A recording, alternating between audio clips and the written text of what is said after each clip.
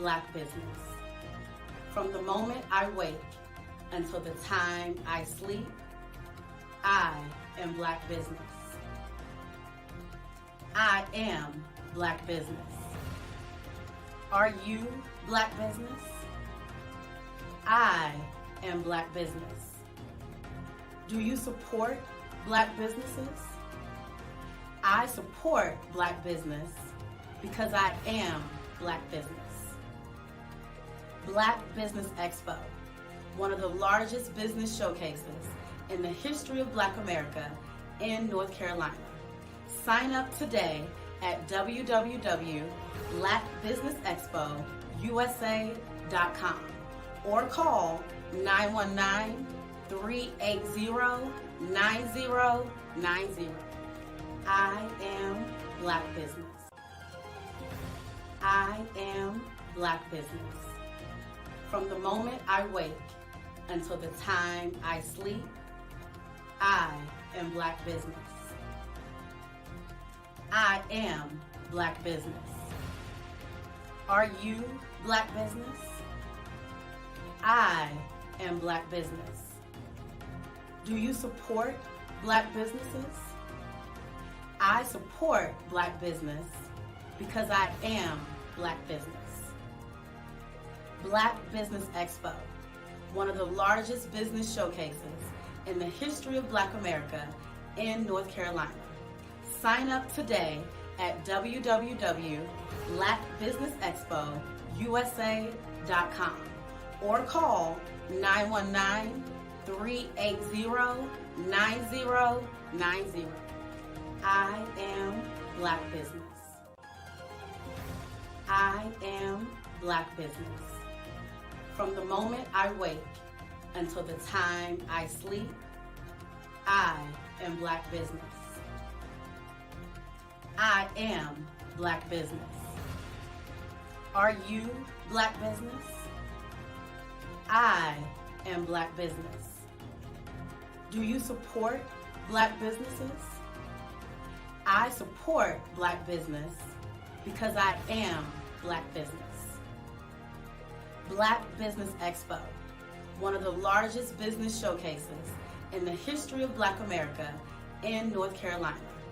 Sign up today at www.blackbusinessexpousa.com or call 919-380-9090. I am Black business. I am Black business. From the moment I wake until the time I sleep, I am Black business. I am Black business. Are you Black business? I am Black business. Do you support Black businesses? I support Black business because I am Black business. Black Business Expo, one of the largest business showcases in the history of Black America in North Carolina. Sign up today at www.blackbusinessexpousa.com or call 919-380-9090. I am Black business. I am Black business.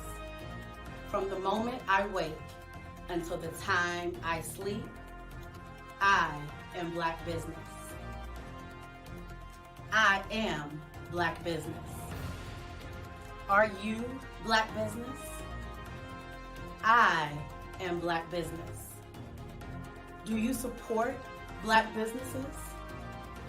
I support Black business because I am Black business. Black Business Expo, one of the largest business showcases in the history of Black America in North Carolina. Sign up today at www.blackbusinessexpousa.com or call 919-380-9090. I am Black business. Black Business Expo, one of the largest business showcases in the history of Black America in North Carolina. The Black Business Expo is changing my life. This year, they are giving away laptops and even $5,000 in cash to students just like me. I'm Alexis, and I want to go to college to fulfill my dream of becoming an entrepreneur. Help the Black Business Expo going to www.blackbusinessexpousa.com and also becoming a vendor, a sponsor, or donating. Genius is common. Hello everybody, my name is Lil Asmar. I'm 13 years old. I'm a kid prodigy bass guitar player. I've been in 7 different magazines. I've been on Ellen DeGeneres, Steve Harvey, Little Big Shot Show twice, Harry Connick Jr. Show twice, Wonderama, played with so many celebrities, been on the road with Uncle Bootsy Collins, played with Nate Watts and Stevie Wonder's band, been on so many big TV shows, and this is what I can do.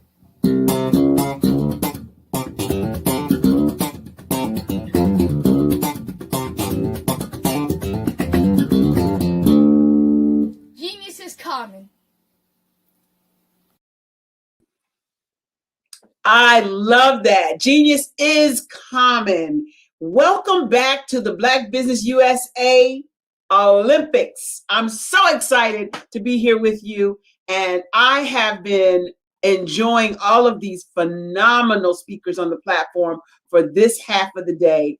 Let me tell you, this next speaker is no different. I have the honor and the privilege to introduce to you Lafayette Jones. Lafayette Jones is the founder and CEO of SMSI Urban Marketing Incorporated. The career of Lafayette Jones has spanned a remarkable array of fields: radio station management, corporate marketing executives, association president and founder, entrepreneur and publisher, a multicultural marketing and retail merchandising expert. Jones has addressed numerous organizations: Strategic Research Institute, Food Marketing Institute, ECRMS, planning sessions, promotion marketing associations. He has a plethora of experience. He has also spoke at leading business schools: Wake Forest University School of Business, Duke Fuqua School of Business, and Harvard School of Business. Without further ado, help me welcome Lafayette Jones.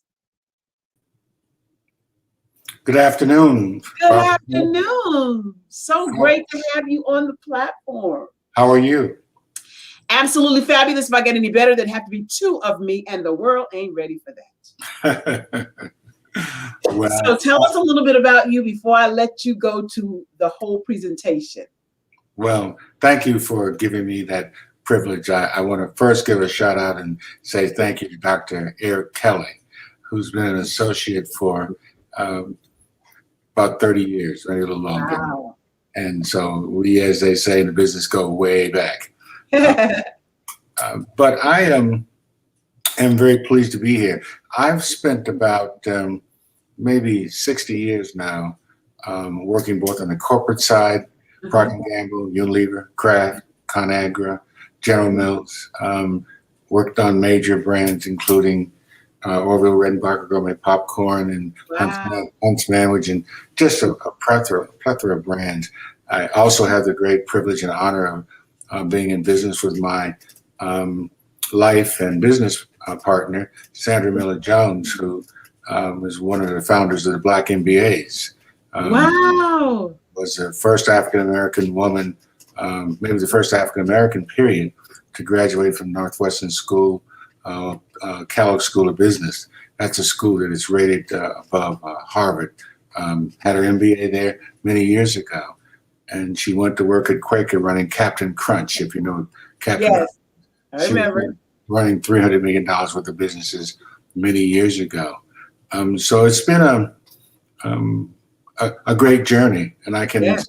say this, and I also had the privilege of working on the second half of my career with some of the smartest folks I know who are African American owners of black hair care companies: John H. Johnson, Ebony Jet, Freddie Luster, Luster Products, George Johnson, Johnson Products, Cornell McBride, M&M Products, Stay Soft Row, Comer Cottrell, and his company in Dallas. And we founded, all of us together, the American Health and Beauty Aids Institute, which was an association of 25 Black-owned companies in 1980-81.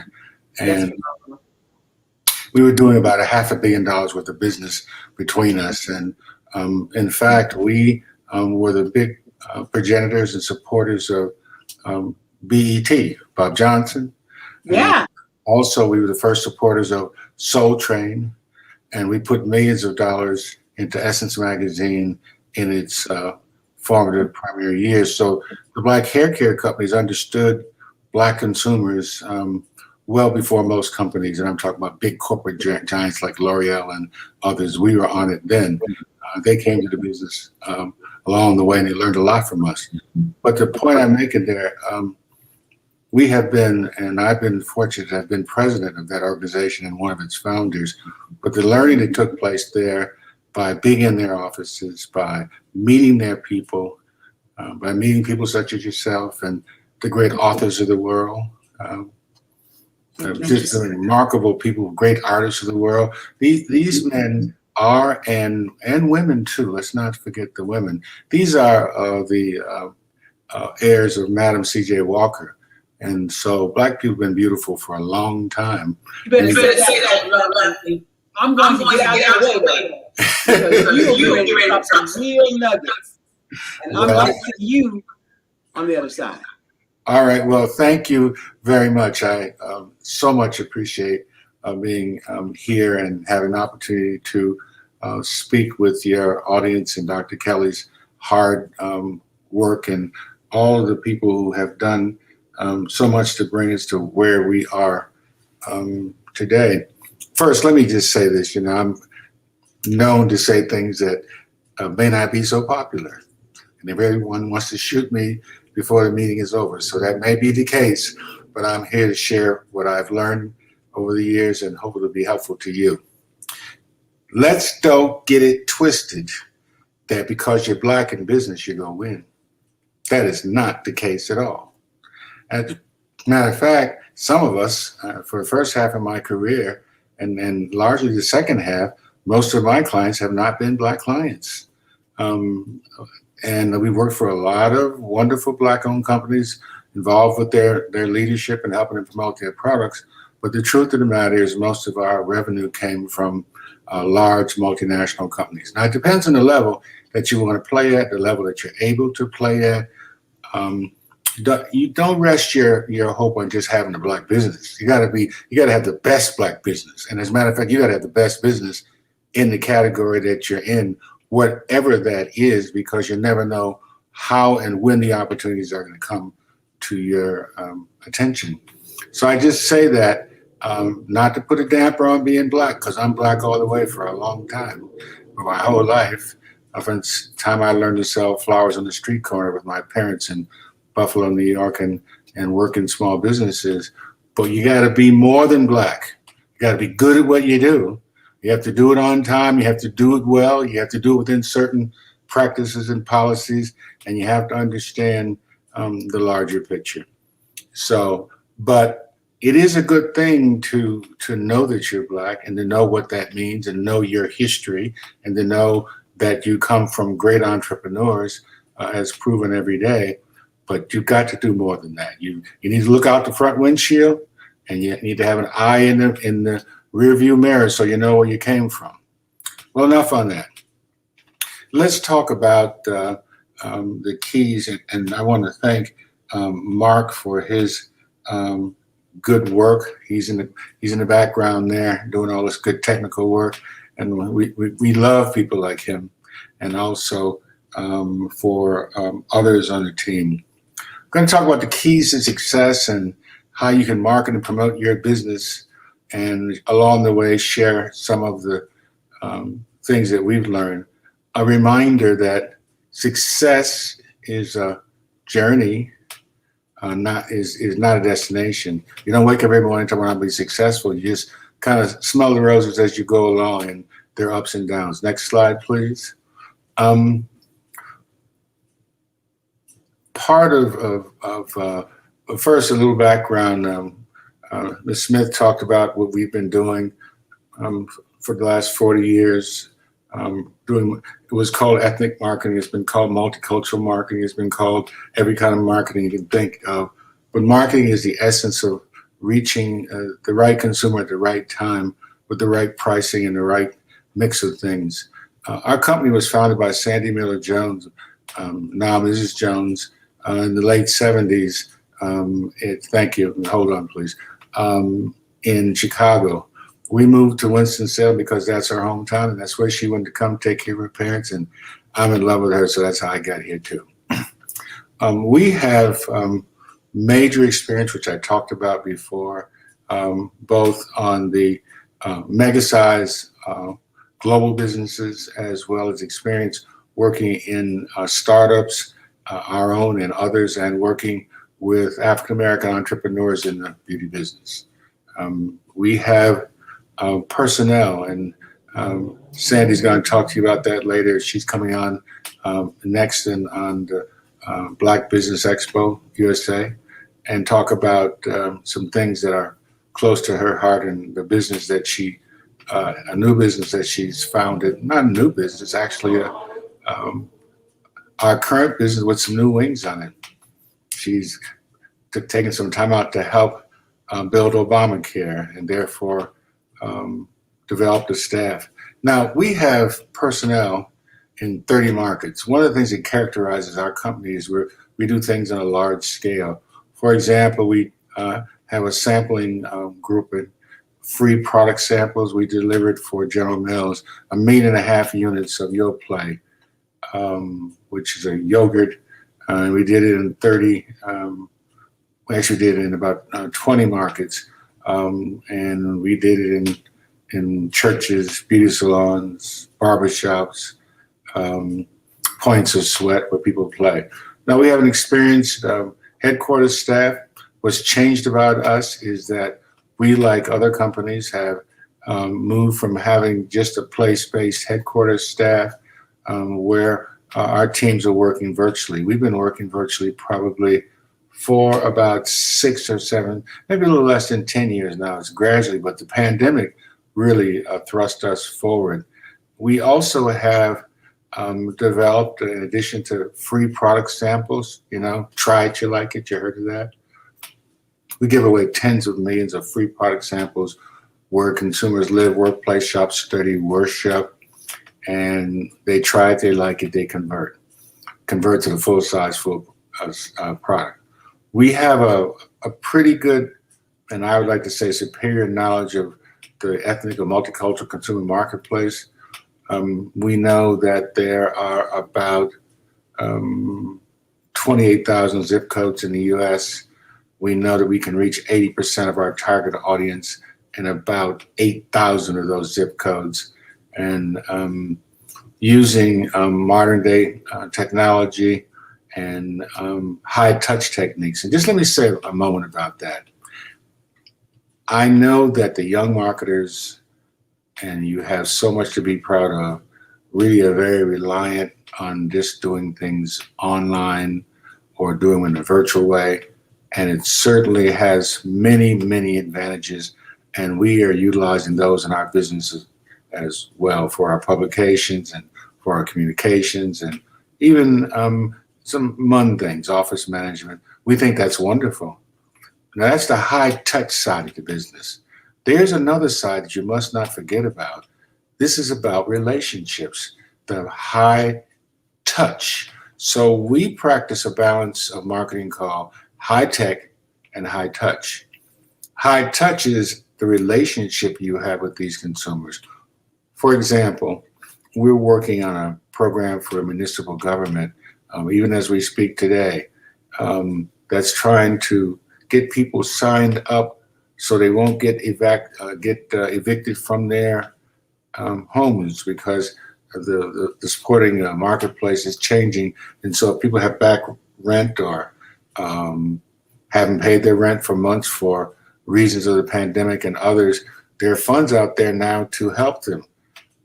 At the end of this month, the courts are going to be filled with people losing their residences because they're going to be evicted.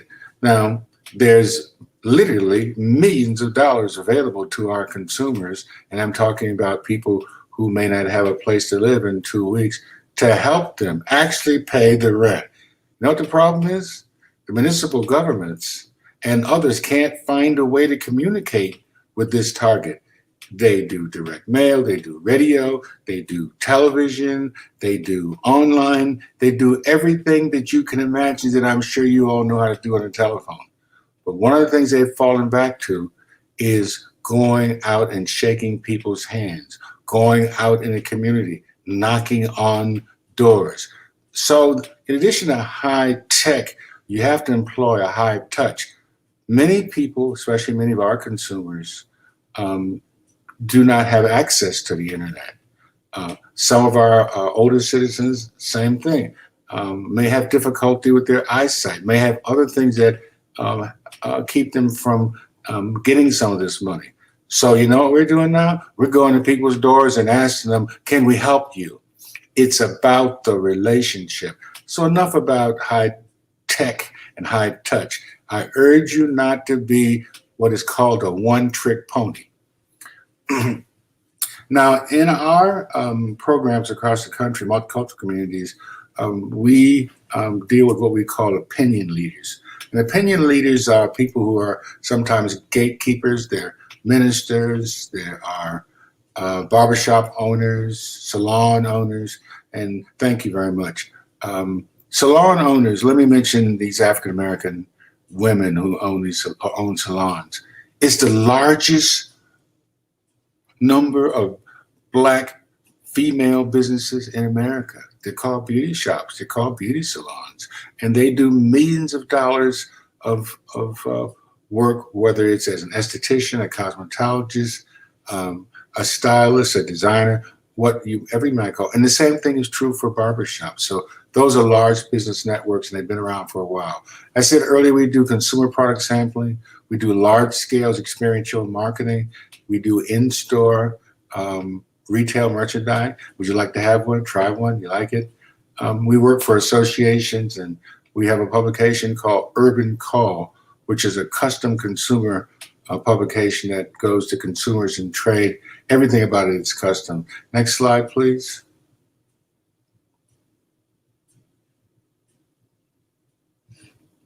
It's coming. There it is. So that's our multicultural marketing toolkit. Talked a bit about that. We have ambassadors. We do sampling. We do expos, seminar executions. We do celebrity management. We take all of these tools and mix them in the cake mix and spin them together to get a marketing plan that works for X brand or X company or X association or X municipal government. Next slide, please.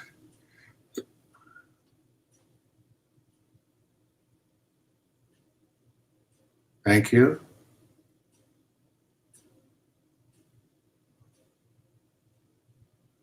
Next one, please.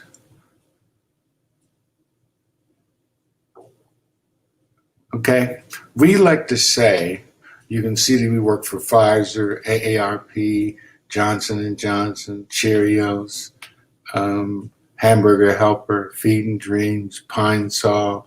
I mean, this is just a small number, Quaker, Tide. These are a small number of brands and retailers in our client list. We like to say we work for the smartest people with the deepest pockets who want to reach African Americans and Latinos. Next slide, please.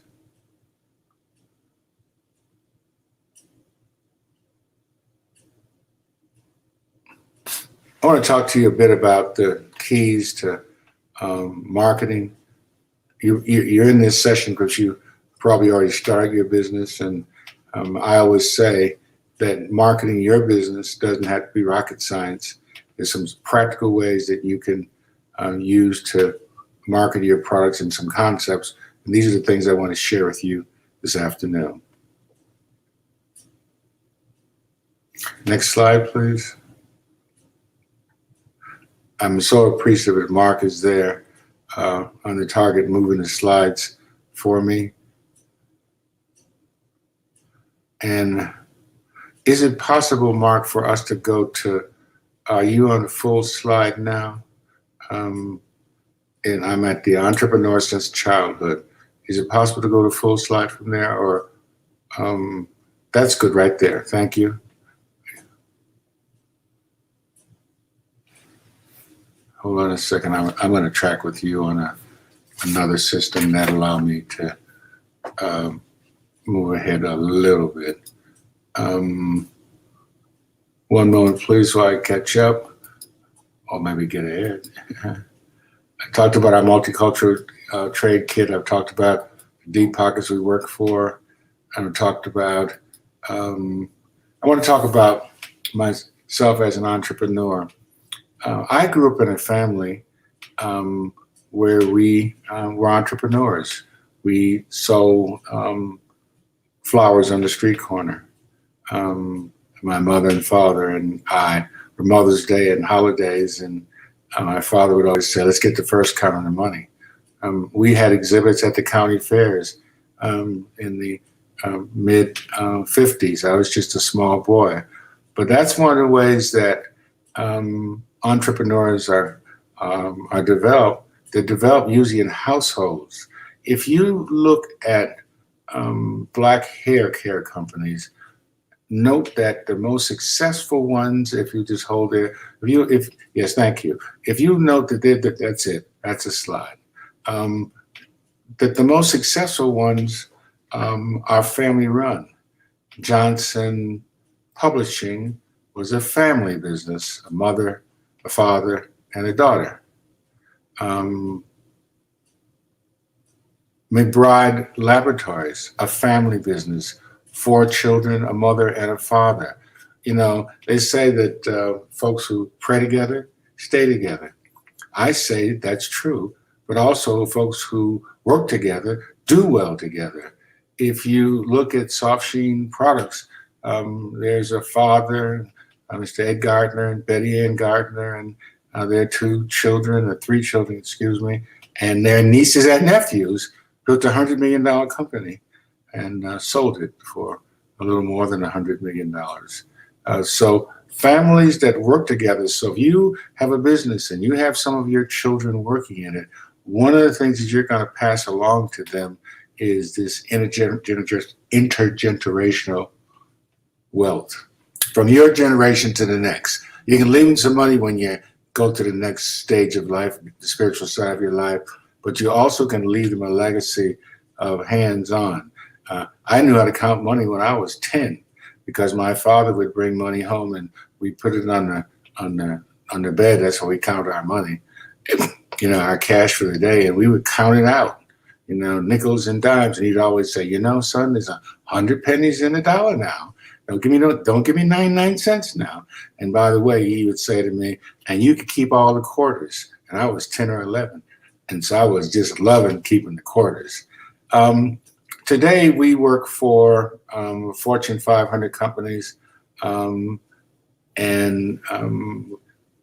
that was I talked a bit about my experience as a young man and as a kid. Now I want to stop right there. I want to talk about some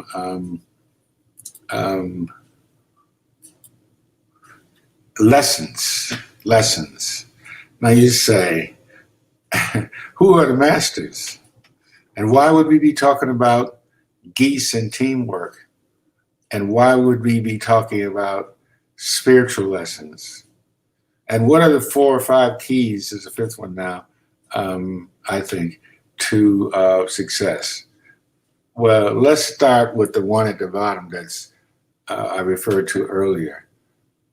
First of all, this is the success is a journey, not a destination. It's what you learn and the relationships you build along the way. For example,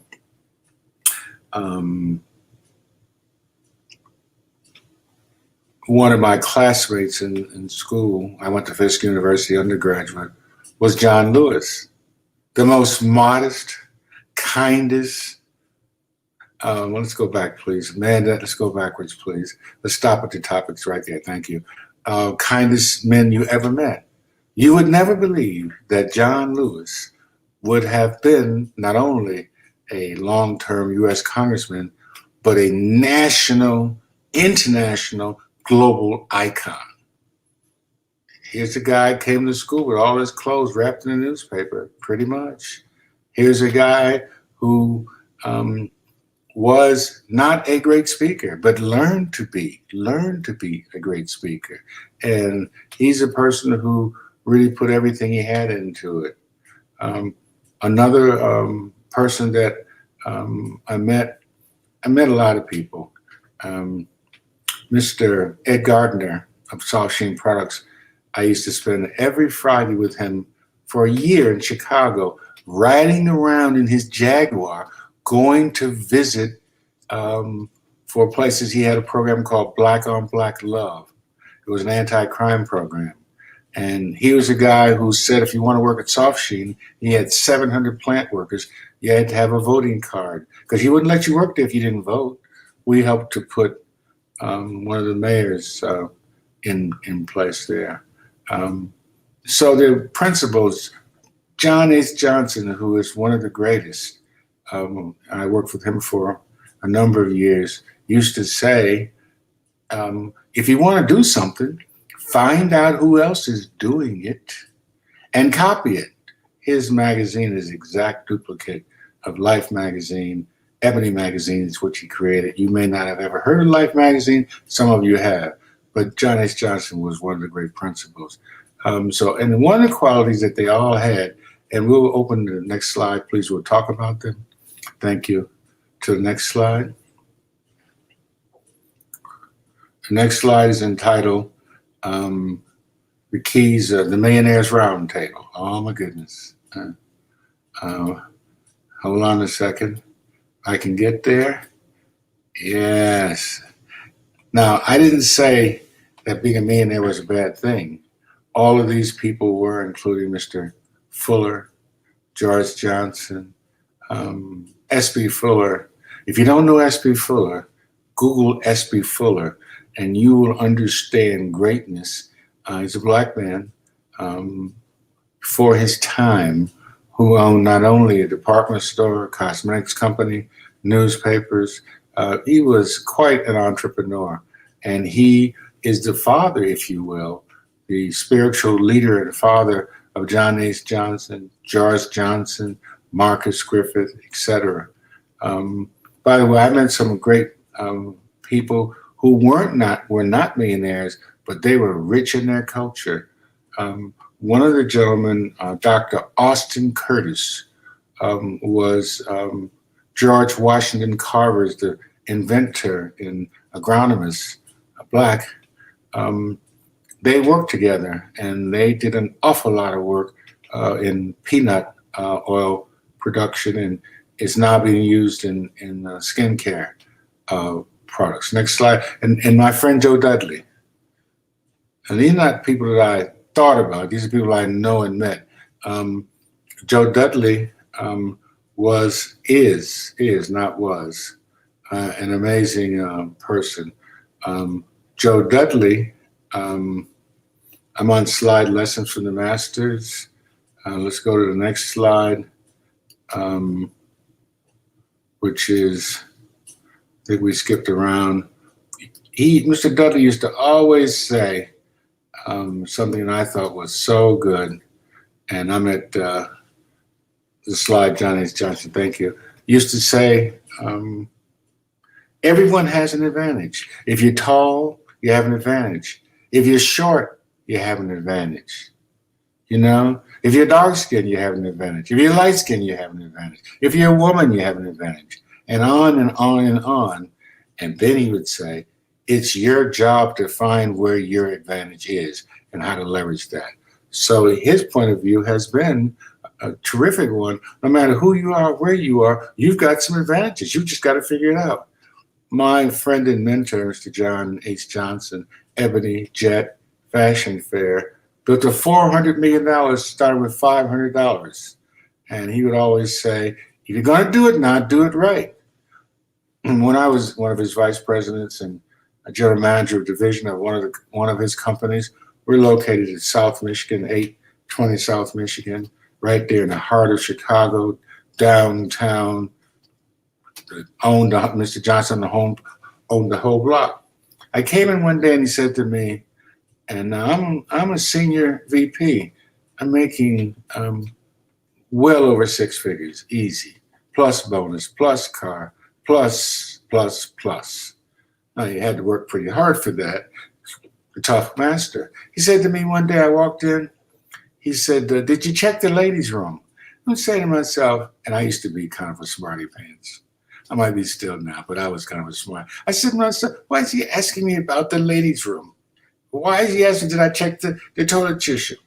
But I didn't say it because I've always been a polite person. And then when he finished asking me the question, how many rolls of toilet tissue were in the ladies' room, he says to me, what, I bet you wonder why I asked you that question. I laughed and I said, I didn't want to say anything, but yeah, why did you ask me that question? And he says, as a businessman, as one of my vice presidents, you got to know what's going on. If the ladies go in the bathroom, they don't have no toilet shoes, they don't work so well that day, Mr. Jones, as he would call me. And he's saying, that's about the attention to detail. I thought attention to detail was just making sure I got the cash flow right, making sure the numbers are right, making sure the sales force, had a large sales force, was keeping within their expense accounts and calling on customers and bringing money in. But he also talked about the proper cheap treatment of the people who worked in the company. He would often say, if a lady calls in now or she's working and she says that one of her children is sick, you say to her, Miss so-and-so, you can go home for the day. And I would say, I didn't say anything, I just wondered, because the company had a lot of women working there, probably 80% of the staff, and most of them had children. He knew that women who have children, I can't give you their best if their children are suffering or sick in any way. So enough about Mr. Johnson. Hats off to him. He built a tremendous empire, and he also left a great legacy. He also, on the next slide, was like a dog on a bone. A dog on a bone doesn't leave any meat on it. And Mr. Johnson was the epitome of going forward with his pursuit of his efforts. I'm on slide 14. And he went to General Mills every day, not every day, every Wednesday. And we were in Chicago and he in Detroit to General Motors, and we didn't have any business. As a matter of fact, Chrysler. And finally, one day, someone said he kept coming. And this is the days when they didn't let Black folks come in certain places, believe it or not. And the young man came down and said, I see you here every month for several years. And no one would see him when he came. And he said, what do you want? He says, I'm trying to tell you about my new magazine called Ebony. And he says, well, I don't know about it, but I'll take him upstairs and meet my father. The young man was Lee Iacocca Jr., and he took him upstairs to see Lee Iacocca, who was an icon in his own right. And he went upstairs and he asked, Mr. Iacocca asked him, how can I help you? He says, no, how can I help you? He says, there's a lot of Black folks buying cars, and these are the kind of cars they buy, and this is when they buy them. He showed them the research. Mr. Johnson left there with a 5-year contract. He later became a member of the board, and he's a perfect example of perseverance. One of the things he would always talk about is don't be afraid of the money, and let's make sure we get our checks. In those days, it wasn't electronic transfers, EFTs then. And we would be at the bank before they open. Next slide, please. Wow, time really flies. 3:54. What time do I, let me know when it's time for the next speaker, because I could talk for days. Freddie Luster was a terrific guy. He invented Luster products. He's the only man or woman in the beauty business that ever patented a color. Do you know that Luster Products has a patent on pink? He called me one day and he says, he's a barber, was a barber, Nat King Cole's barber at the time in his day. And he says, could you get a patent on pink? And I said, well, Mr. Luster, they don't give patents on colors. He said, well, try it anyway. So we hired a bunch of lawyers, and sure enough, no one had ever, and there was no regulation against it, to patent a color. And he has a patent on the color of pink. Imagine that. He used to have two drawers, and he had two drawers. One was excuse me, let's spell the word, bottom drawer, D-R-A-W-E-R, technology. He would have one drawer that held all the invoices that people owed him, and then he had another drawer that people he owed. And he would say, the idea is to keep the bottom drawer empty and the top drawer full. So if you took an invoice over to his office, before you left, he would give you a check. He was known for that. Now, you know, if you have a customer and you're doing work for them, for those of you who understand cash flow and getting paid and needing the money, you know, frankly, small businesses need money. You take the invoice over to Mr. Luster's office or send someone with it, they come back with a check. I usually went myself because I liked Mr. Luster and he was always very kind to me. And I learned so much from him and his children, Joy Luster and Sonia Luster and Freddie Luster Jr. are very, very wealthy millionaires because their father also, in addition to building that business, also bought lots of property that was run down all along South Michigan. He bought warehouses one after another. It turns out that the warehouses that he bought for $300,000 and $400,000 sold for $6 and $7, $8 million each. So he was a real estate guy. He was smart. Next slide, please. Mr. Luster was a very special person. I'll go on to the next slide, please. Now, this is about Sandy Miller Jones, who I spoke to before, who is my life and wife and life partner. She started selling her former employer, Quaker Oats, when she was running Captain Crunch, on the idea, and she also ran some other brands for them, Grits and a brand, I can't pronounce the name of it, a kind of grain that's sold to Hispanics. She was able to convince her boss, who later became chairman, that sampling companies who the company had hired were not giving out free samples to Black people. And Black folks love Captain Crunch. So she developed, she and her father, something called church sampling, beauty salon sampling. I helped her do that coming from the beauty business.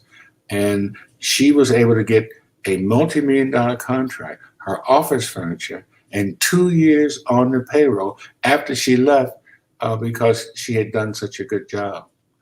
One of the things I've learned, especially from my wife, is to be kinder to people, learn how to work more with people, and be concerned about their needs. I used to be known as Ming the Merciless, meaning if you didn't get it right, well, I was taking you to the door. And I probably sometimes overdid it, but I learned from her the value of relationships, the value of having people to like you. And one of the things for certain, when you're selling something or marketing something, the decision makers usually only buy from the people they like. You'd be amazed how many blessings come in the door because they like. One day my friend Bob Johnson, who started BET, called on the phone and said he wanted to do some products. And Bob Johnson, as you know, is a billionaire owner of. He sold BET and became even a bigger billionaire. I think he's a 6-time billionaire, which is a significant amount. Well, I knew Bob when he was, quote, poor. We're all poor. And Bob was very kind to me. When he called me to ask him if we wanted to do some work for him, we said yes. And it was a large check. I think it was $100,000 or so.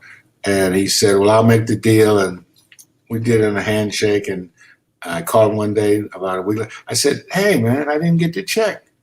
He says, oh, I dropped it in the mail. Do you know you put a $100,000 check in the mail with a 20-cent stamp on it? Because he's concerned about cost. And also, he wasn't overwhelmed by who he was and where he was. And I can tell you legions of stories about George Johnson and Ed Gardner when a company that you may not have heard of, Soul Train, maybe you have heard of Soul Train.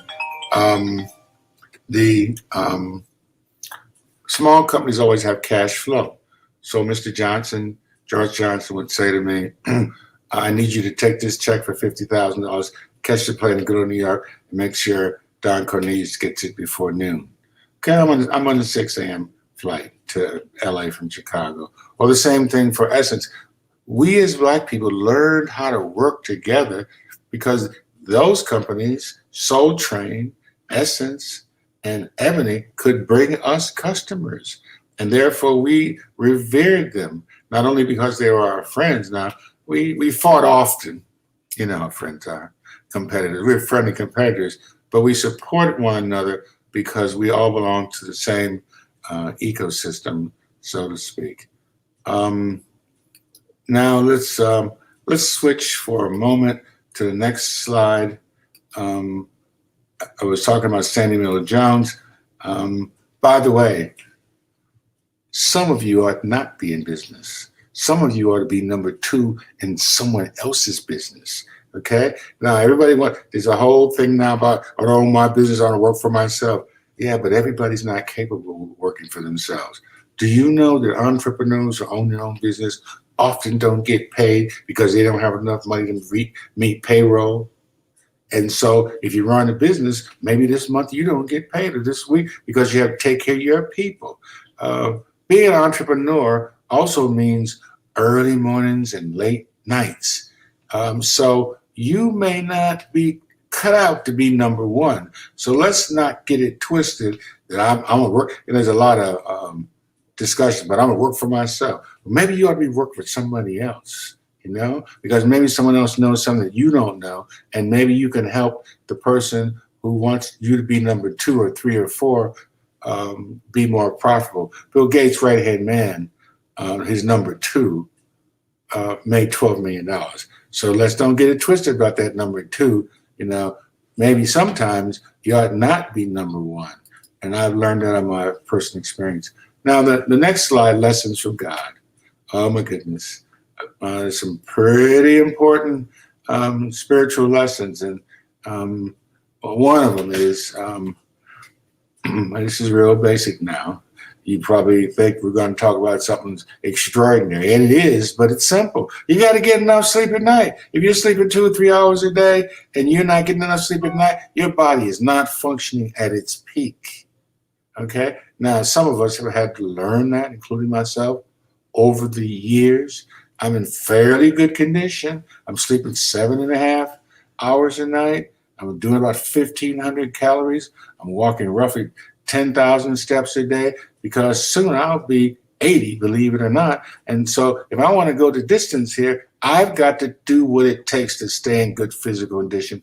And no matter what we do, sooner or later, we're going to have issues. And when we get those health issues, remember that you're the CEO of your health, and you're going to have to spend more time. And if you do it now when you're young, get used to going to the gym, get used to, get rid of some of those bad habits. And I'll not say what they are. We know. Get rid of some of those bad habits. Slightly, you can't eat fried chicken every day and not get fat. All of that excess weight is a problem. And so we're all working on that. Now, whether you're a Christian, a Muslim, or whatever, the same old basic principles. about improving yourself, your health, running your own businesses apply here just as well. Next slide, please. We're talking about spiritual laws. Remember, man's law is based on spiritual law. Next slide, please. Okay, now let's talk about the goose. Okay, couple of lessons. As each goose flaps its wings, it creates an uplift for others behind it. There's 71% more flying range in a V formation than flying alone. Okay, birds of a feather flock together. The lesson here is that people who share a common direction and a sense of purpose can get there more quickly. Second lesson is, whenever a goose that's in a V formation flies out of formation, it feels drag and tries to get back into its position because it knows that its contribution is important. So the lesson here is it's harder to do something alone than when we work together. You know the old slave songs, heave, ho, heave, ho. That's how we worked together when we were slaves. We learned that we could get more done and that we could keep the other in relative safety by doing that. Remember, we are the people who made the great passage under the ships from Africa to America and survived. Not all of us, but a great number. We are a strong people. Imagine being bolted down in the bottom of a ship, in a wooden ship coming from the coast of Ghana or thereabouts to the eastern shore of the United States, in a land where we did not speak the language, in a land where we knew no one. And you think about that, and you think about what our forefathers and ancestors have been through. So let's keep these things in mind. Now, that doesn't mean get on your pity pot and say, gee, ain't it awful? It is awful, but we don't get to cry about this all the time. It is what it is. We have to move forward. Let's go to the next slide, please. We're talking about the geese here. Now, the next slide, it talks about, I want to go to one when the geese gets tired. I'll go to the slide before that. When a geese gets tired, it rotates back into its formation, and another goose goes to the head. We're talking about shared leadership and interdependence. And so everybody, each of us needs a chance to lead now, and to help our flock.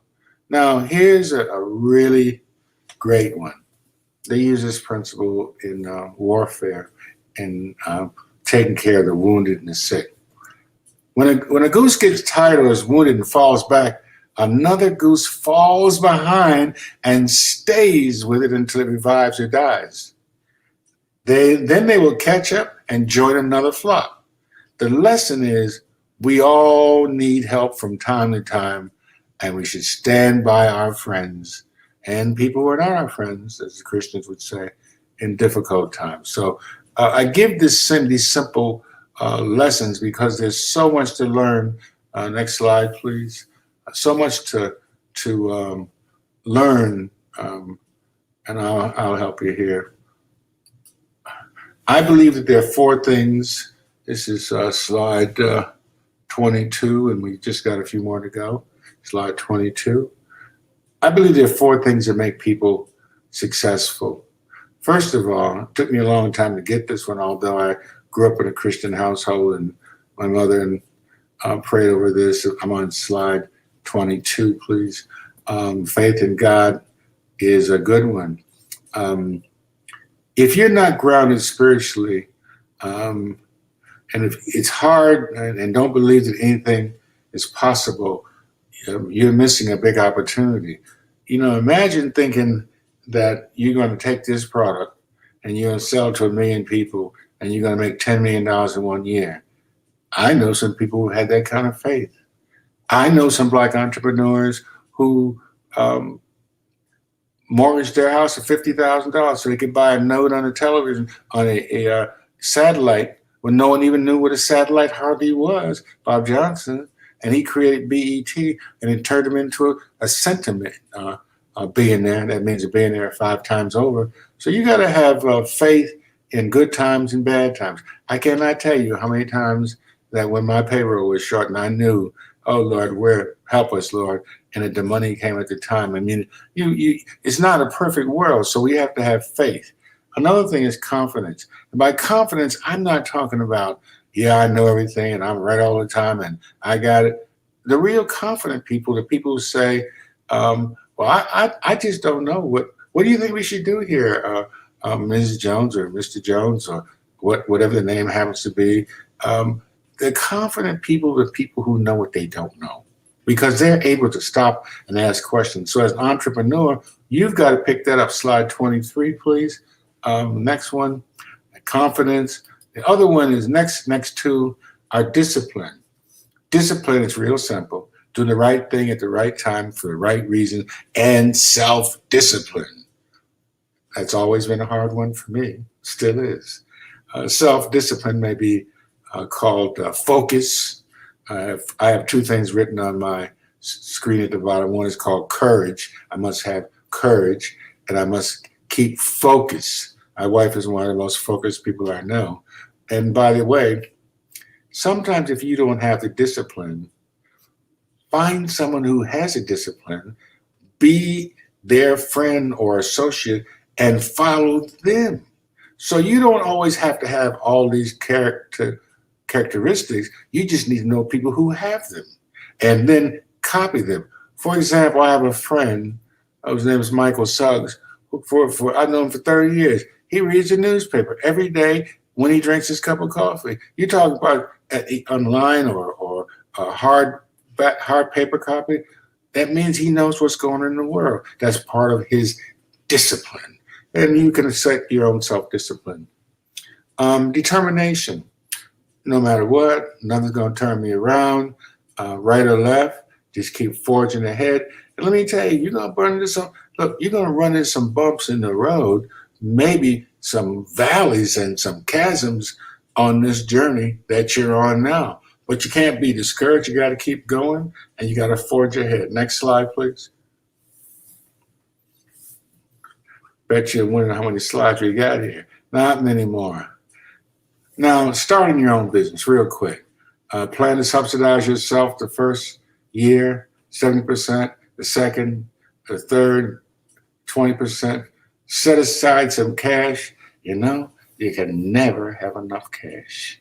And by the way, there's this nonsense called, well, we'll write it off. If you ain't got no cash flow, you can't write anything off. You know, that's popular talk, but it is not necessarily so.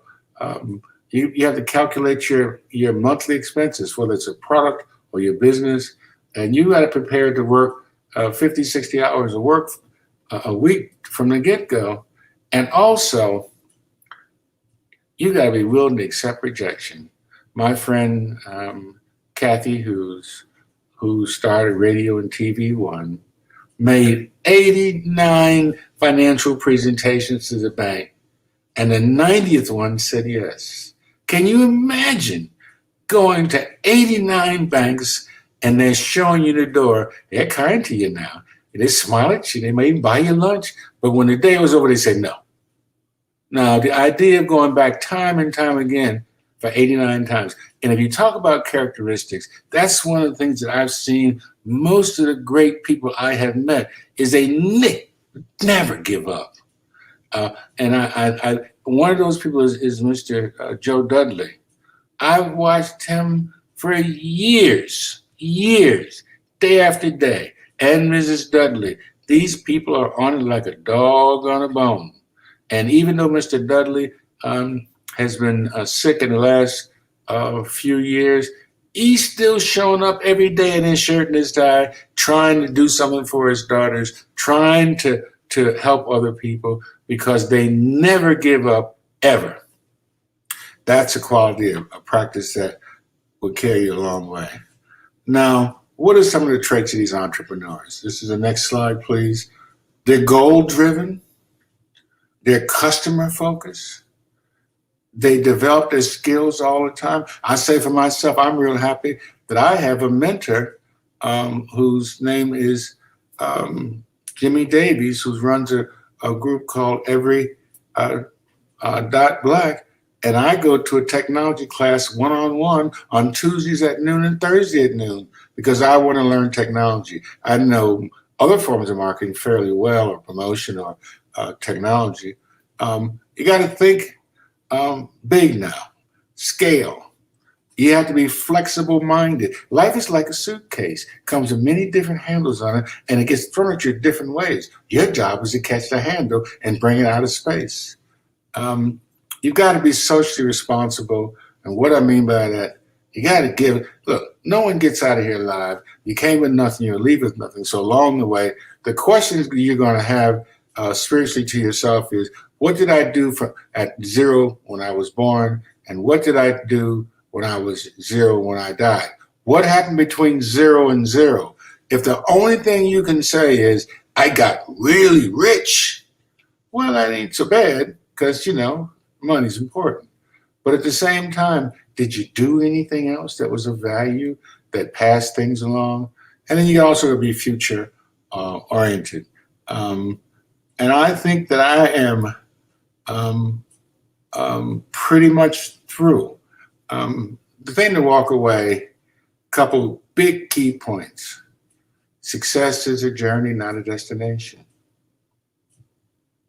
1, 4 things make people successful. Faith in God, or their higher power, discipline, determination, and confidence. These are part of keys to success. Alex Haley is a friend of mine, the writer. You may have heard of his name. He wrote some books and did some TV shows. He used to say to me, Lafayette, one of your jobs is to find the good in people and praise it. I'll give you an example of finding good in people and praising it. Now, I've known Eric Kelly for a long time. I've known him when I was up and he was up and we were down and we were up and down again. But one of the things about him is, one of the good things, he got some good characteristics. He knows how to surround himself with good people who are putting on this Black Business Expo. People are making this thing happen worldwide. He knows how to keep a relationship with people. And believe it or not, this is not his first skill. His primary skill as an artist. So you will find he's a graphic artist. He's a fine art artist. You will find people who are really talented may have 2 or 3 different skills that you may not even know about. Some of you look at this program, thought, well, he just ran the Black Business Expo. Yes, he is. But he also is a great artist. So at the end of the day, I've had my hour. I thank you very much for allowing me to be here and share some points of view. I'm going to put my contact information in the chat. I've got to pull it up here. See, I'm learning too how to do some of these things. And I'm going to put both my wife's information, Sandy Miller Jones, and my own. I'm going to put that in the chat right now. And I think that your next speaker is going to be someone who you're going to like. Not only is she a beautiful person and a nice person, but she's also a wonderful person. Hold on just a moment. And I put myself and her in the chat. And I'm going to ask our Mr. Eric, what is it that you want me to do next? I want to thank you, Mr. Joe. That's what we do next. You have given us a wealth of information. It is obvious that you are passionate about what you do. I want to ask you one just small question before I bring up the beautiful, talented Sandra Miller Jones, also CEO of SMSI Healthy Living Solutions, to the next platform as the next platform speaker and presenting our next moderator. The question I want to ask you is, the things that you see today, the technology, the information transfer, the information age, is it easier, do you think, to be connected to people now than it was before? Or in the early days, do you find that there were more personal relationships than today? It's a great question, and thank you very much for that question. It's an intriguing question. I'll make a couple comments about it. You heard me talk about high touch and high tech. It's called a right hand and left hand. They have to be in balance. Some of you on the line know about basketball, okay?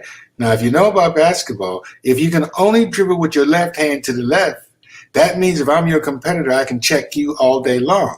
So in the game, you got to be able to dribble left and right. Okay, so in the game now you must be able to have the high tech. You must understand technology, or some people around you who do, but you also must understand the high touch, because it's about relationships. We still are human beings. We still have some. Now, for example, you asked me a question. I'm going to try to answer. I'm a little long-winded. I'm sorry. But the pandemic has ripped the scab off a lot of people. Technology, not people, but that too. But I'm talking about the scab off many things. Technology has allowed people to expand their businesses, to have to travel less, to be more focused. And for example, this program we're on today would have cost us millions of dollars to put on from place to place. Yet we have people all over the world listening to this show now. Now, at the same hand, I would like to be in a room talking to you about something, not every day like this, but it has its advantages. So you have, like my friend would say, you have to find good in people and praise it. So you have to do the same thing here. It's a balance. And at the end of the day, it's about relationships. That's all business is. Now, you can dress it up. We can put on a red coat or a blue coat. We can do whatever, but it's all about the relationships. And I like to say that while many people consider themselves to be physical beings, I think we're spiritual beings having a human experience. A lot of people think we're human beings having a spiritual experience. I think it's the other way around. And that's just my little nickel talking now, my experience. So the answer to your question is, in my opinion, and I'm very opinionated, I'm old enough to have an opinion and not be afraid y'all gonna shoot me. If you shoot me, I'll live, I'll be all right, You have to find a balance between technology and also with relationships. So I think it's the same is how you use a skill set. That's excellent. I love it. And I thank you so much. Thank you so much for your information that's now scrolling across the bottom.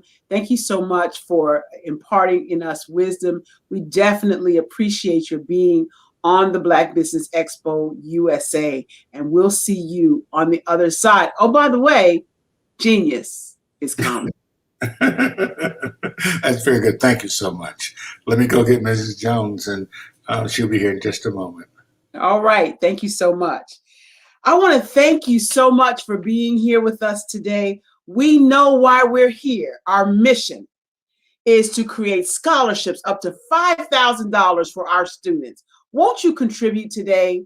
It's $BBX USA is the cash tag.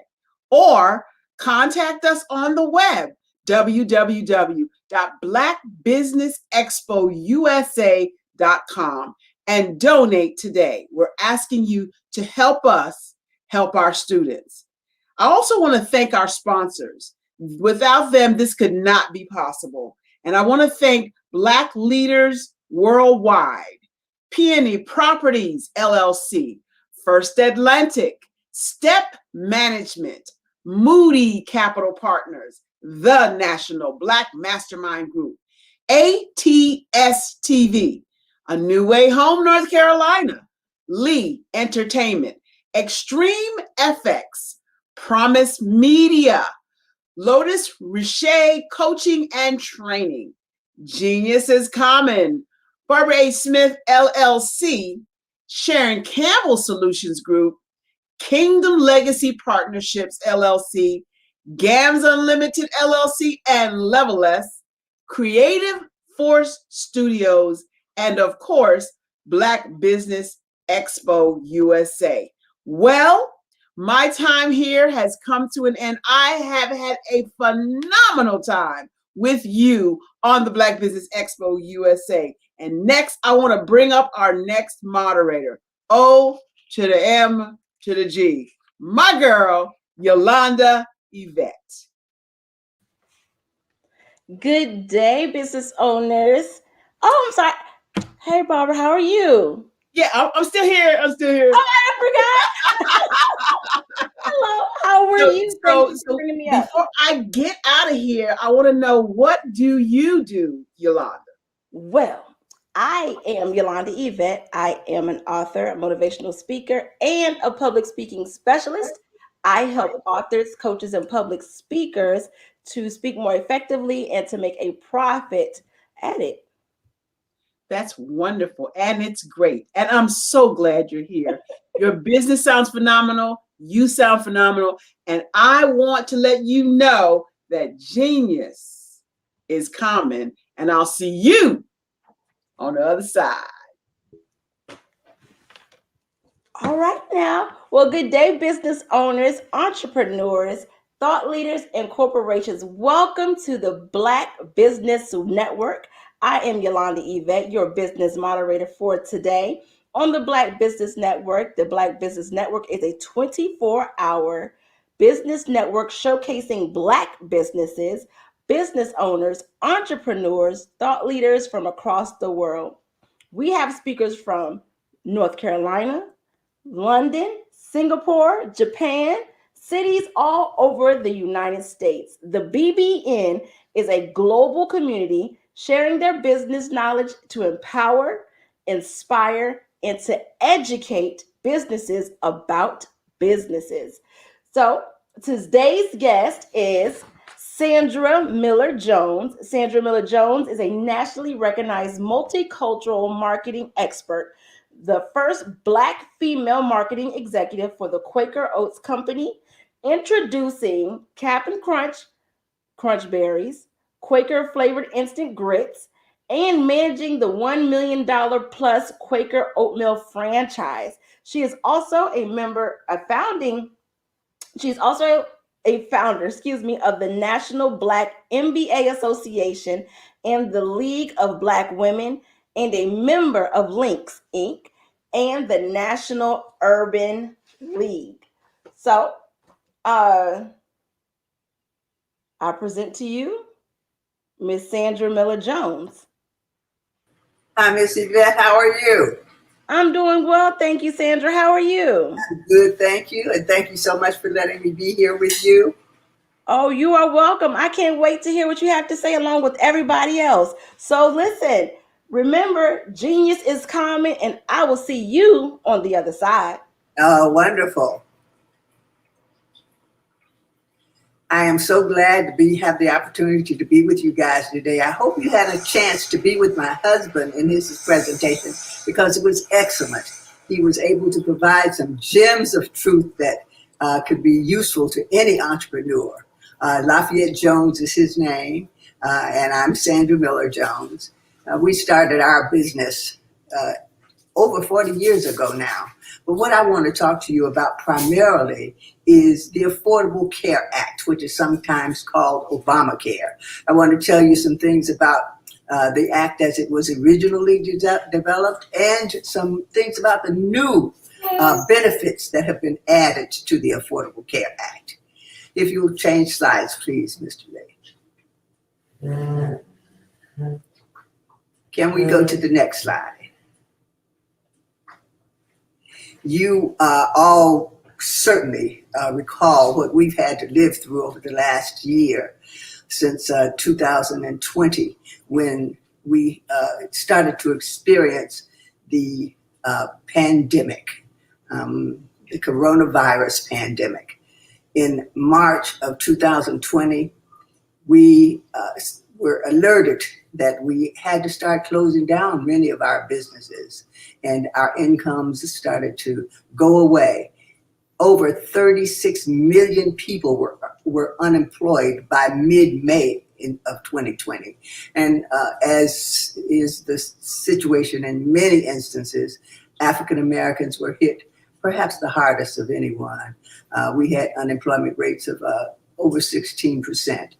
Now the unemployment rate, I just looked it up before we started to talk, the unemployment rate overall for the first quarter of 2021, we really started to rebound. It's down to about 6% nationally, but for African Americans, again, we're still 10% unemployed. And one of the big downfalls that so many of us had to experience was the loss of health insurance when we found that our jobs went away. And Obamacare was here to help so many people to get health insurance and maintain it. May I have the next slide, please? I'm going to tell you just a little bit about our business because Lafayette, in his presentation in the last hour, was able to give you some details about segmented marketing services. We've got two companies under the SMSI, or Segmented Marketing Services banner. If you'll go to the next slide, please.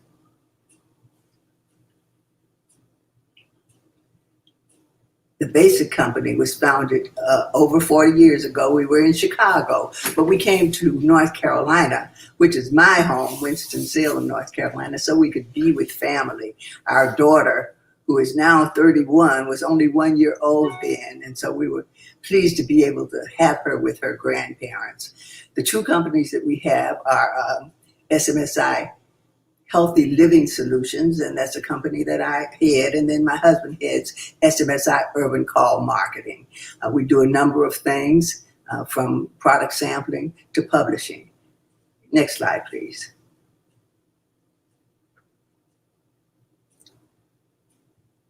We've worked over this 40 years for dozens of global companies and brands. In the last, I would say the last 15 years, we've started to focus much more heavily on trying to get information and services and products to our communities throughout the nation, African American and Hispanic communities especially, products and services that would help to improve the health of our communities. And that's primarily how we got involved with the Affordable Care Act on our mission to help improve the health of our communities. We started working with Blue Cross and Blue Shield was our first health client to try to help people understand the Affordable Care Act. If you'll go to the next slide.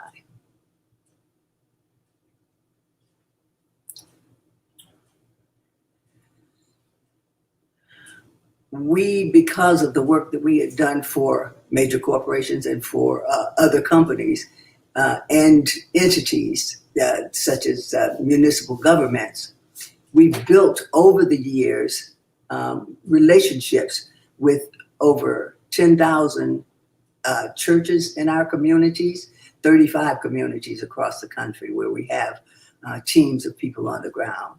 And with Lafayette's global connections in the hair care industry, where he's considered to be perhaps the most well-known expert in global hair care.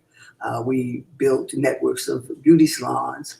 We can reach, oh my goodness, almost 10,000 beauty salons and over 40,000 operators through the networks that we build. But the bottom line is that we can reach up to 50% of the African American and Hispanic households in any major market through the many networks that we built. If you'll go to the next slide, please.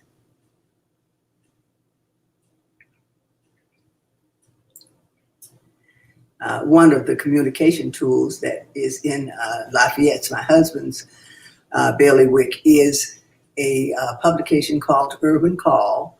We've done dozens of those to tell people about all kinds of things that would be beneficial to them, especially health-related things. And the next slide. And the next, please. But what we want to talk to you about today is the Affordable Care Act. Next slide.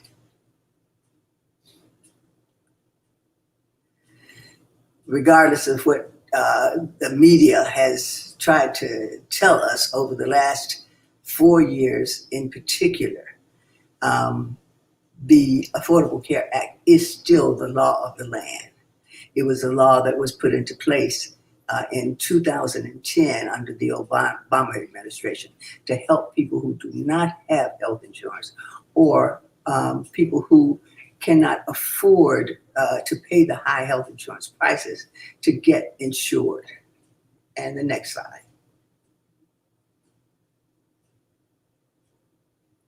There were many benefits in the original Affordable Care Act, and some of them that are not as well known as others is the fact that if people have children, they can keep their children on their health insurance policy up to age 26, even if the child does not live in their household, or if the child is married, they can still stay on their parents' health insurance till they're 26 years old.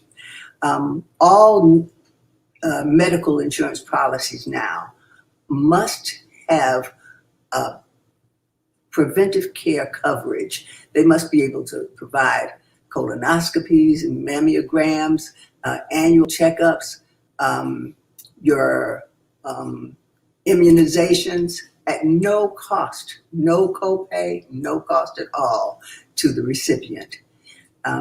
The exceptions to these are short-term healthcare plans, but that's another whole subject. As long as you're talking about annual healthcare plans, they must maintain that benefit. Also, they have no lifetime limits. There was a time when people who were insured and had chronic situations, cancer especially, would accumulate bills of millions of dollars. And the healthcare companies, the carriers, had the ability to discontinue their coverage because when they reached a certain amount, $1 million was usually the amount. Now there are no lifetime limits. Insurers must insure, maintain your insurance no matter how much the accumulation of cost is, unless you don't pay the premium or unless you fraudulently got the policy. And also very important, there are no exclusions for pre-existing conditions. If you have diabetes, if you have cancer, if you have high blood pressure, hypertension, you cannot be taxed, nor can you be excluded from getting insurance. And all of this has come about because of the Affordable Care Act. Next slide, please.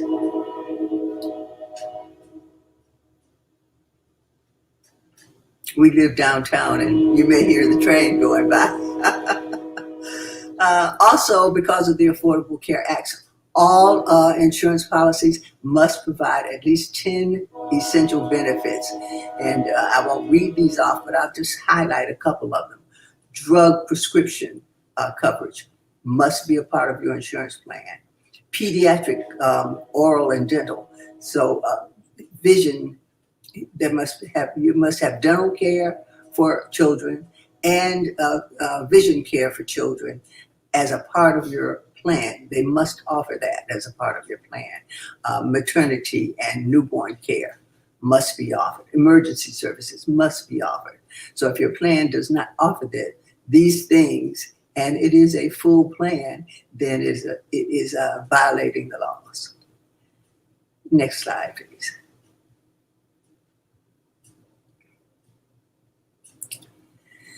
The way in which the government has been able to help people get insurance is by actually paying for much of the insurance costs. This payment comes in the form of subsidies, and these subsidies are paid directly to private insurance companies. Many folk think that Obamacare or Affordable Care Act insurance is government insurance, but it's not. It's private insurance companies are being paid by the government to help you pay for your insurance. it's designed for people with low income and middle income. And low and middle income boundaries are very broad, so broad that most people don't realize. We'll talk about that a little more in just a second. But most people are eligible for these subsidies. One of the things that is so unfortunate for many communities in many states, including North Carolina, is that the states decided not to take the money for expanding Medicaid that is being offered by the federal government. So the federal government did provide an option for states to take money so that they could ensure people who are unemployed or people who don't make enough to even be considered low income. But in North Carolina and many other Republican-dominated states, the money is not there. And so people who do not have any income are still left with very, very few options to get medical care provided. Next slide, please. Who qualifies for the government to help pay for insurance? Any party who is a citizen or a national of the United States or a lawful immigrant who files an income tax return. You must file an income tax return. It doesn't matter whether you have filed in the past. It's just important or essential that you file an income tax return during the year in which you do have coverage under the Affordable Care Act. You cannot be incarcerated, but if you have been incarcerated and are no longer incarcerated, you do qualify as long as you meet the other parameters. You must have an income within a certain range. And on the next slide, I'll tell you a little bit about that range. But don't go there quite yet. Let's just stay on the slide that we had previously. You must not be eligible for Medicaid nor Medicare, because that means that the government is already subsidizing your insurance if you are getting Medicaid or Medicare. If you are married, you must file jointly with your spouse, because your income is based on your household's income. So if both spouses are working, then it's the two spouses' income that is considered. So you must file jointly. Now, if you are separated from your spouse, then you can file separately, and you qualify as being single if you are separated. And you can enroll on the plan in a number of different ways, either through the healthcare.gov website. Now, healthcare.gov and the marketplace and the exchange are all the same thing. And all of them are nothing but a website and a telephone service that is in place to help people understand and enroll in the Affordable Care Act. That's all that means. Now, if you'll go to the next slide, appreciate it.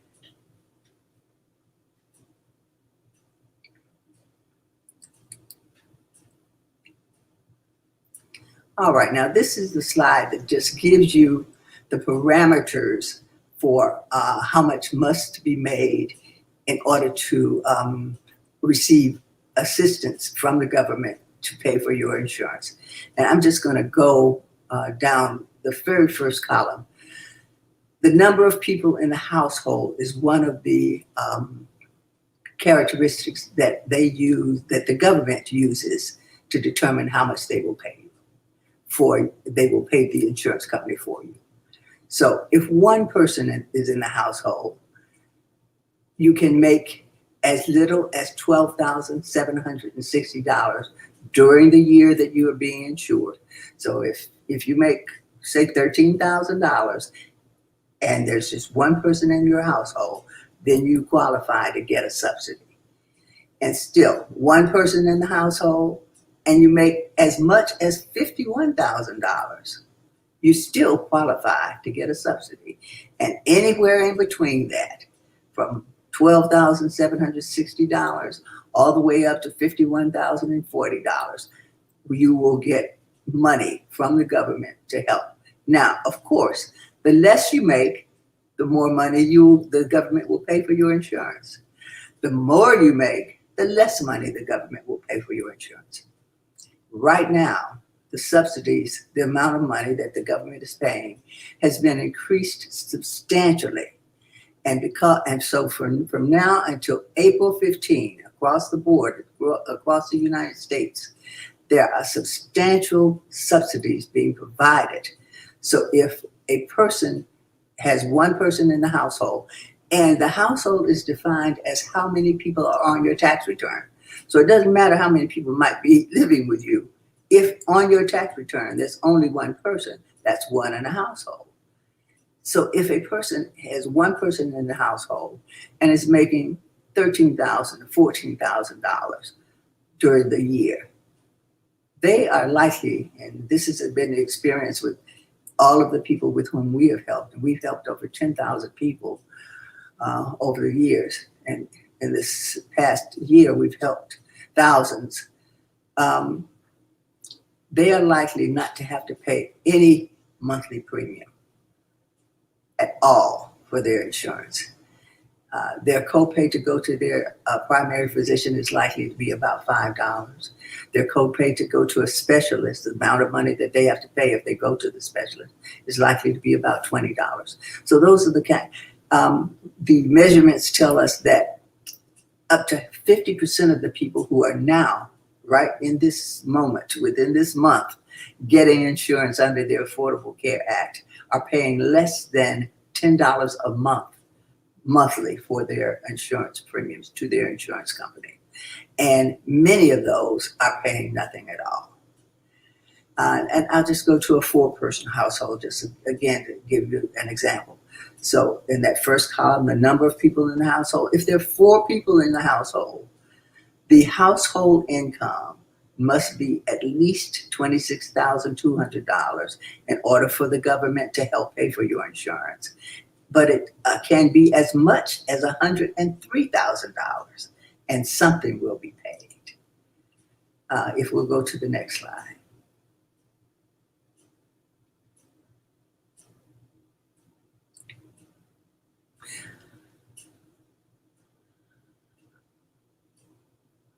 All right, I'm not sure okay, thank you, Mr. Lee. I see we're just kind of reviewing. Okay. All right, this is just where you can go to get assistance. You can visit the website healthcare.gov and they will provide you some assistance. You could call the marketplace, which again is the same, healthcare.gov, and that number is 800-318-2596. And if you go to the next slide, please. But the most beneficial way to get assistance is to work with an agent, work with a qualified insurance agent. The agents that you must pick, first of all, they must be certified through the federal government to assist you. So if you're working with an agent, you must ask them, are they certified to provide that assistance? Because if they're not, then your policy will not be accepted. And of course, they must be qualified and appointed with the companies that they are representing that you will be applying for insurance with.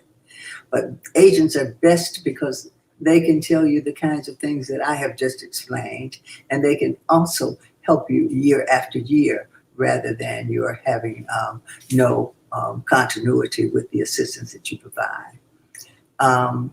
The hotline to get an agent that we know is qualified, because we've got a system of agents that can be helpful, and that's 336-355-5726. And the email address there is aca@golercdc.com. We're working with a not-for-profit organization in North Carolina, Goler CDC, and a charitable trust So all of the agents provide assistance at no cost whatsoever to you, to the clients. There's no cost. So any agent that you work with, whether it's through our network or through another network, should not be charging you anything at all to assist them. But certainly we know our agents will not charge anything. And the next slide.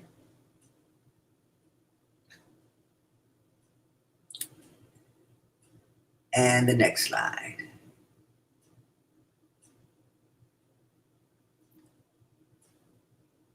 Just wanted to go through a couple of things about the current situation.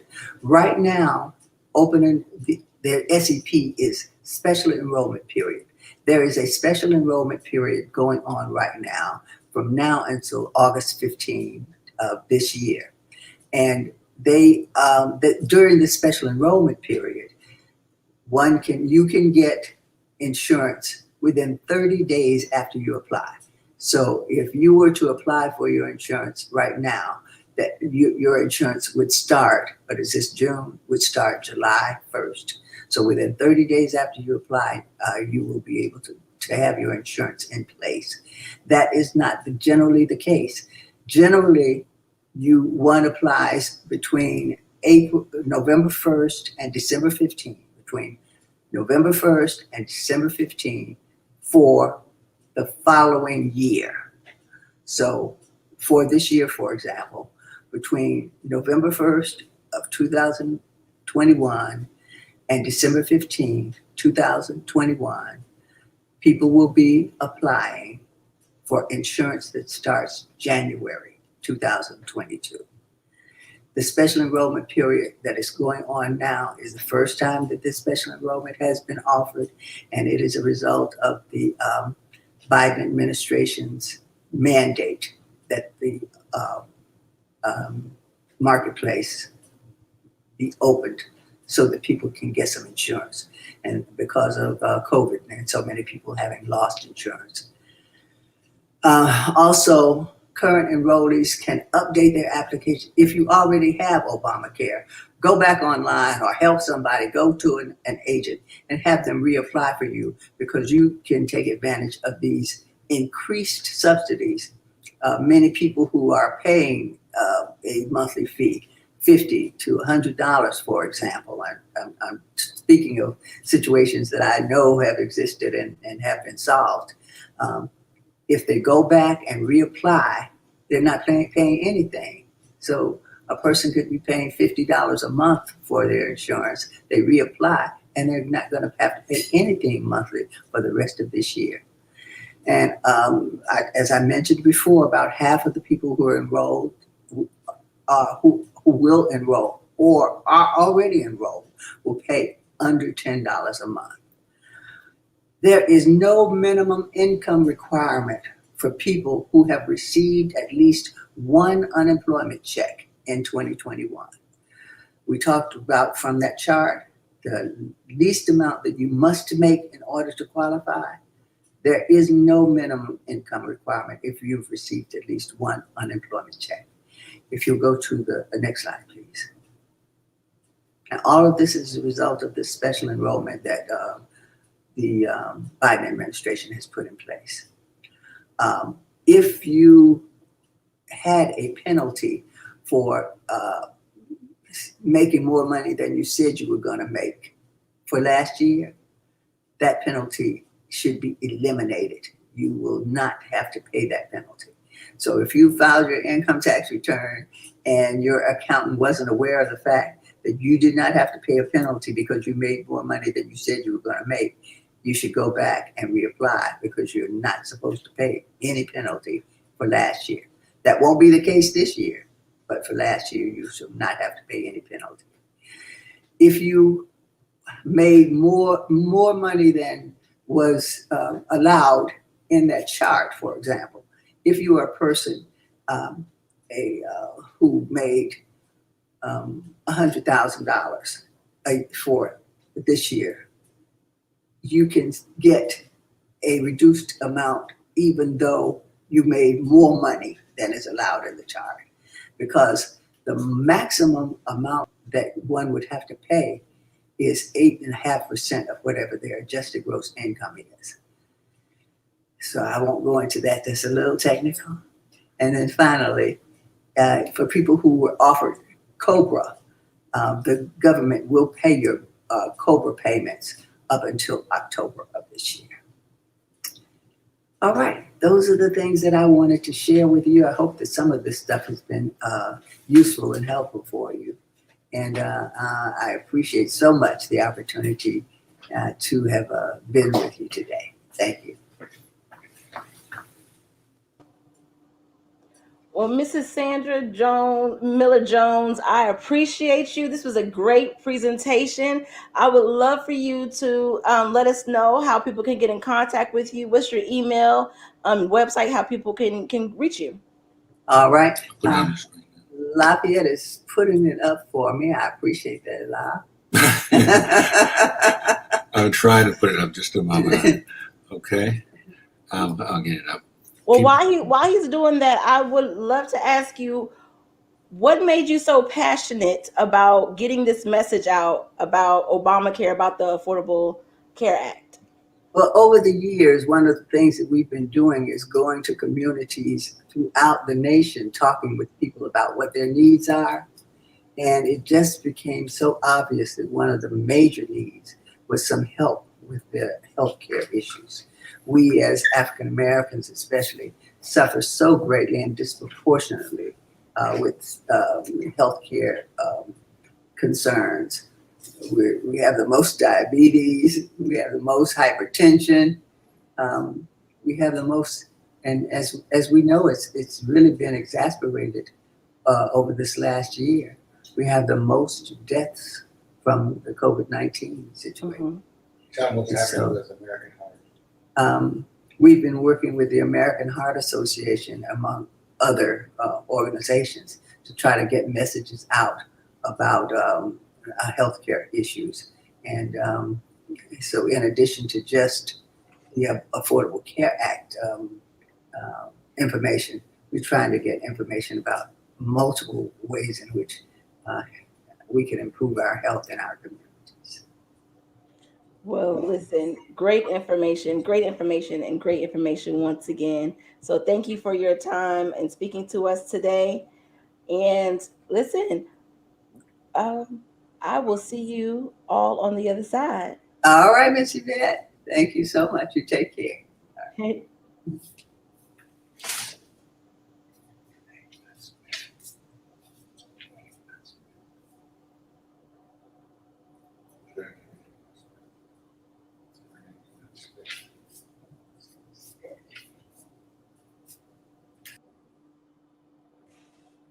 Okay, so the Black Business Expo's mission is to raise funds for high school to go to college. This is a fundraiser for students. You may go to www.blackbusinessexpousa.com to donate to the scholarship fund. Our goal is to give 10 laptops and up to $5,000 to students, and students can go register online at www.blackbusinessexpousa.com. And I would also like to thank our sponsors. We have Black Business Expo USA sponsors for June 2021 is Black Leaders Worldwide, Peony Property LLC, First Atlantic, Step Management, Moody Capital Partners, National Black Mastermind Group, ATS TV, A New Way Home NC, Lee Entertainment, Extreme FX, Promise Media, Lotus Richey Coaching and Training, Genius is Common, Barbara H. Smith LLC, Sharon Campbell Solution Group, Kingdom Legacy Partnerships LLC, GAMS Unlimited LLC, and Levelist, Creative Force Studios, Black Business Expo USA. Every dollar counts, so we want to remind you to donate to the Scholarship Foundation. My name is Yolanda Yvette, and remember, genius is common, and I'll see you on the other side. Black business. From the moment I wake until the time I sleep, I am Black business. I am Black business. Are you Black business? I am Black business. Do you support Black businesses? I support Black business because I am Black business. Black Business Expo, one of the largest business showcases in the history of Black America in North Carolina.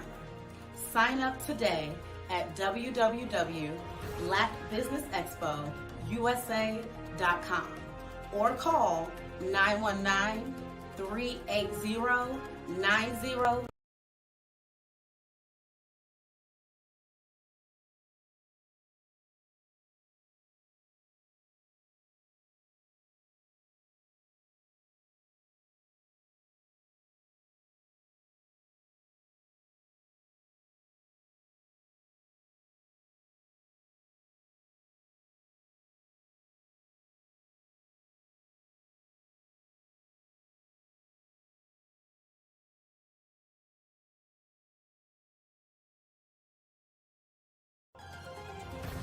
I am Black business.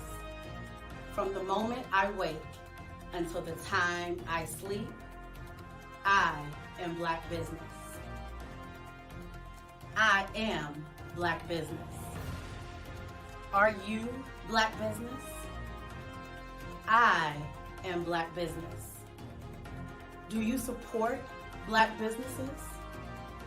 I support Black business because I am Black business.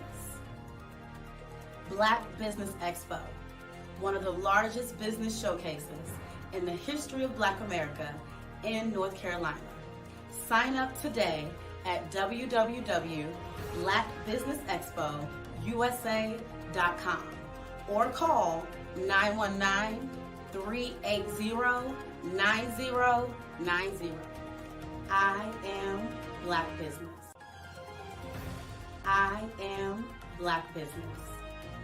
From the moment I wake until the time I sleep, I am Black business.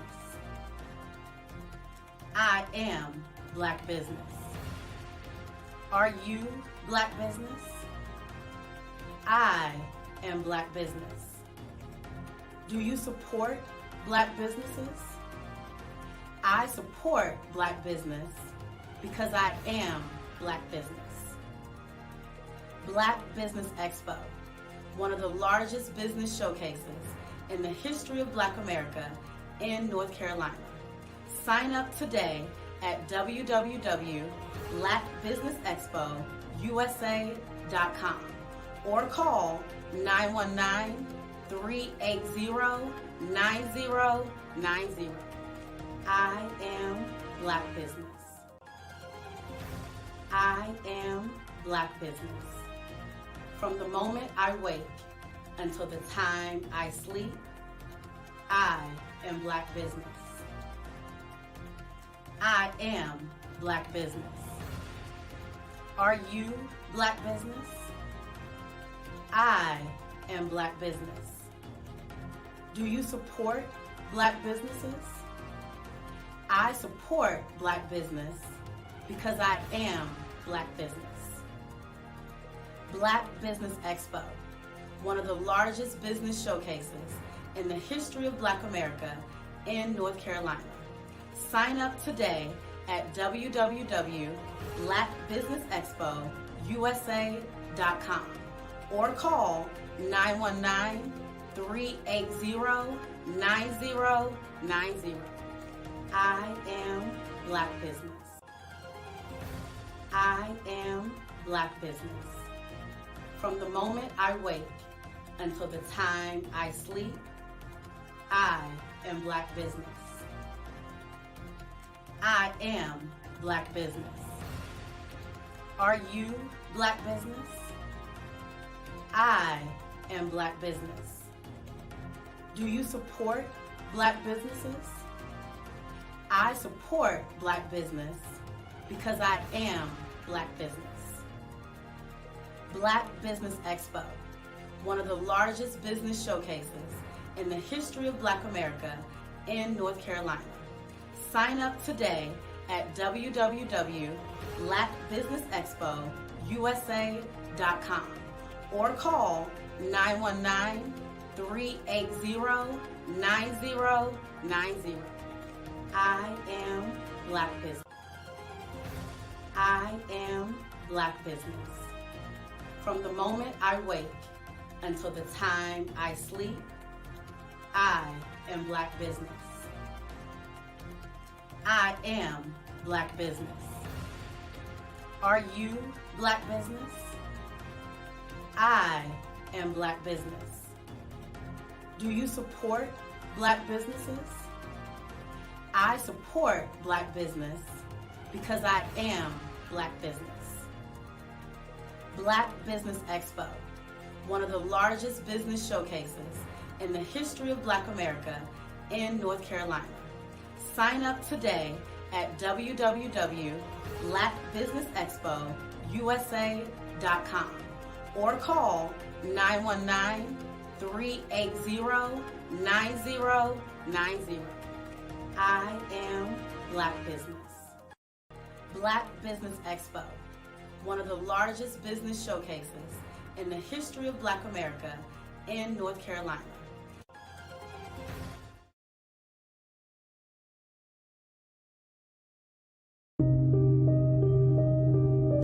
The Black Business Expo is changing my life. This year, they are giving away laptops and even $5,000 in cash to students just like me. I'm Alexis, and I want to go to college to fulfill my dream of becoming an entrepreneur. Help the Black Business Expo going to www.blackbusinessexpousa.com and also becoming a vendor, a sponsor, or donating.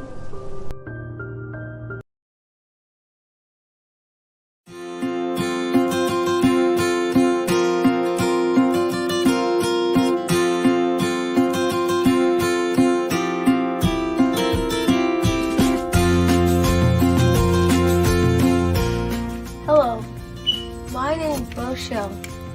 I am 11 years old, and my genius is entrepreneurship, and my genius is comedy.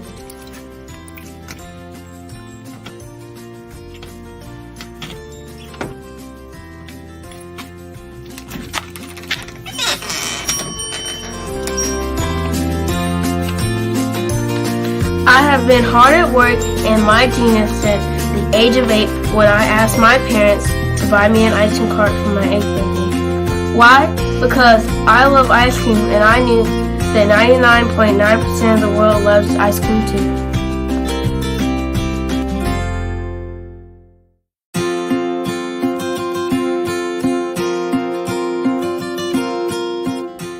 I started my business because I wanted to make my own money, give to my school's missionary, help my family, and buy my own toys.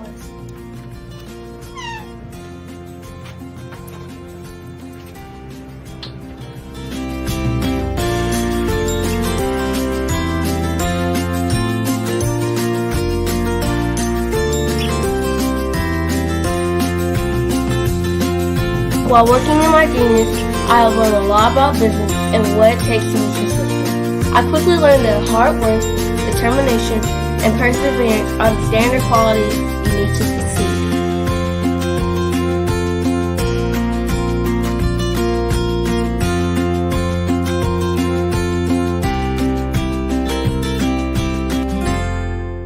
However, in my 4 years as a business owner, I have learned things that you can't learn from a book, like the true meaning of customer service. Great customer service is how you sincerely say thank you to each person who spends their money with you.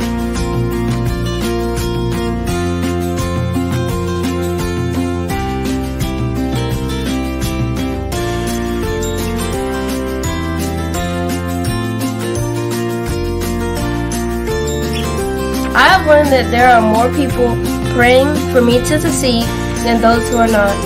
I have learned that people are always watching and are expecting great things from me. I can't imagine letting them down.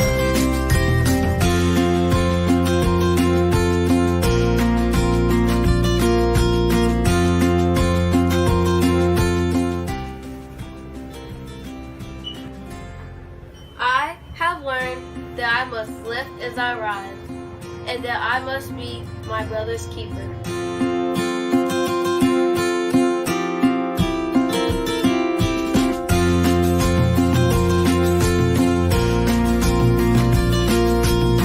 I have learned that it is very important to give back to the people, the causes, and the community where I live. I have also learned that once I become a billionaire, I will be well on my way to becoming a billionaire and to changing the world by providing jobs and opportunities to others.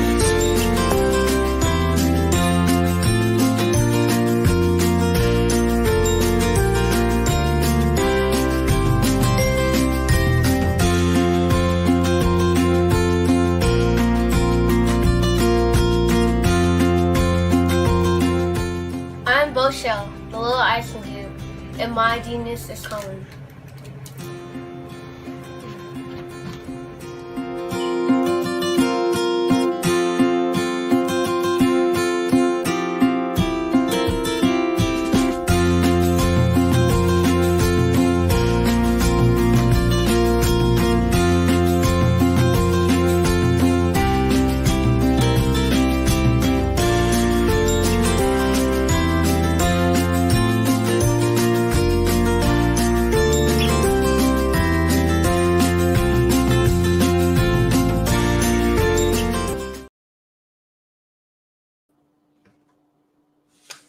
Today's guest is Dr. Veronica Hardy.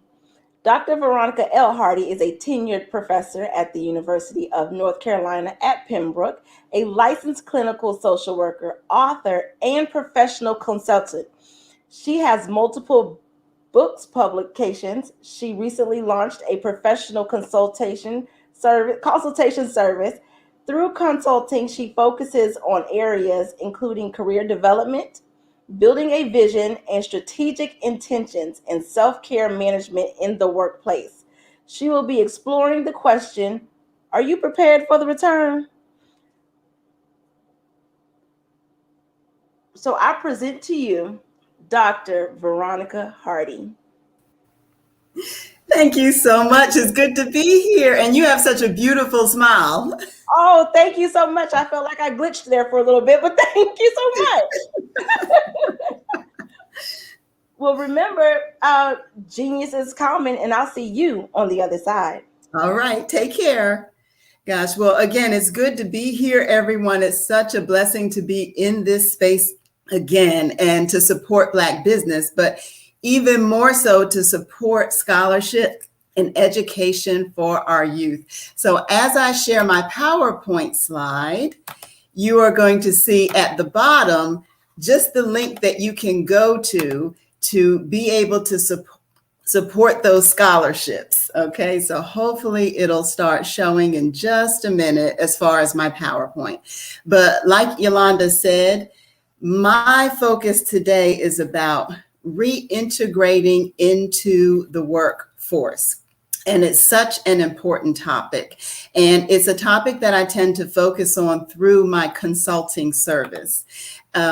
Something that really drew me to this is that I had an opportunity to speak with someone at my local organization. And in doing so, I brought up the topic about work reintegration and the trauma, the level of trauma that many people have experienced with COVID-19 and several other, say, racially oppressive events that have taken place in our society and have been televised. Also, in my area at this specific organization, within the past 5 years, the community or the county as a whole have experienced multiple traumatic events. So when I say multiple traumatic events, I mean a flood in 2016, which displaced many people, affected their ability to work, and so much more. There was another flood in 2018 that had the same impacts or even more. Then came 2020 with COVID-19, many layoffs, furloughs, children having to stay home from school, college students returning back home, etc. So there have been multiple impacts resulting from various traumatic events. And because a vaccine came out a little bit earlier this year, there is this thought that we are going to return to normal coming this fall. And I thought about, what does normal actually mean? And does normal really exist? Because we transition through daily life circumstances, and through all of those circumstances, we adapt, we make shifts, and we make changes. So what we are about to enter into is not the norm, the normal, but I refer to it as this sense of newness, a situation that we have had to adapt to, but a situation that actually is not over yet. It is not complete. The effects of the virus, people's perceptions regarding social distancing, the multiple losses that many have experienced, loss of life, loss of jobs, loss of houses, loss of cars. So the effects are still riveting and trickling down and affecting many individuals throughout our country. So my thought is that our employers, our business owners, all of our entrepreneurs need to consider our workforce. And are you working with a traumatized workforce? And in response to that, what are we going to do to help support our workforce in transitioning to the work environment? So overall, that's an introduction to this talk today that I'd like to share with you. And again, I'm thankful for Yolanda and the introduction that she shared earlier about me. As she mentioned, I am a university professor, an author. I own a consulting business, and a lot of the work I do focuses on the human experience. And several aspects of our human experiences are trauma related, things that come into our lives, and whether it hurts us physically, mentally, or hurts our daily routines. So I often have that focus of, how can I support people in transitioning through trauma experiences that they have? I also just want to draw your attention to just this first slide that says the workplace, the new norm. You see my name, and you also will see 2 websites that you can visit to gain more information about me and the various types of services I provide. So one website is veronicahardy.com, and a second website is drveronicahardy.com. Now, feel welcome to use the chat today. I have a question for you to begin with, and it says, do you have any apprehensions about returning to the workplace? And if you do, feel welcome to just type that in the chat if you do or if you do not. And if you do have apprehensions, what are some of those apprehensions? Those thoughts, those things that may make you feel a little bit uncomfortable about returning back to that particular workspace. So here's a little bit of an overview. Since the start of this year, I have given a lot of thought about what returning to work would be like for many individuals. Now, some people do have the opportunity to return to a workplace, and then we have some people that have been affected by financial losses, COVID furloughs, COVID-related layoffs, COVID-related job losses. Therefore, we also have people who are out there seeking employment at the same time. And what does that all mean for them as well? And what efforts will be put into place by employers to support such a transition? We have to think about all the messages that have been sent to us for over a year about COVID, the social distancing, the mask wearing, like I mentioned earlier, the multiple losses. The impact of those messages do not simply go away with a vaccine. The impact of those messages can stay with many of us for long periods of time. So it's important for employers to consider, what are the thought processes? What are the perceptions of our employees as they transition back to the workplace? Another question, if you are in a leadership role, when will your initiatives roll out? Do you have a work reintegration plan in place? And if you do, when will that information start to be communicated to your workforce? Now, I put here, if you have not done so already, as far as developing a work reintegration plan and rolling it out, in other words, sharing it with your employees, when will you begin this process? And as always, understanding the why of doing it. Like I said, to help your employees know that you have a level of understanding about their experience and a level of understanding about any apprehensions that they may carry and the other facets of their lives that they are trying to organize and respond to as a result of the pandemic. So here's another question. If you are a business owner, what efforts have you put into place? Again, what efforts have you put into place pertaining to a work reintegration plan for your employees?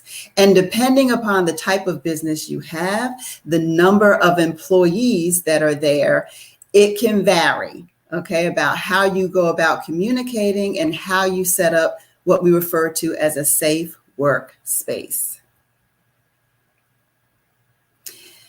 I really wanted to highlight through this slide the multi-layer effects of COVID-19 that have taken place and other forms of oppression, other types of pandemics. I think over the past couple of years, we've been referring to these as multiple pandemics, which include the televised racial oppression that many people have been exposed to and mentally trying to understand or cope with, or physically taking advocacy steps against it.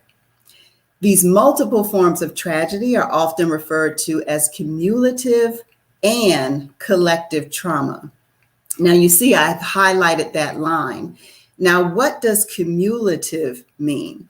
When you think of cumulative, you think of how situations tend to accumulate or build upon each other. But think about trauma. Think about COVID-19, job loss, loss of a loved one, financial loss, televised racial oppression. And all of these things are stacking upon each other.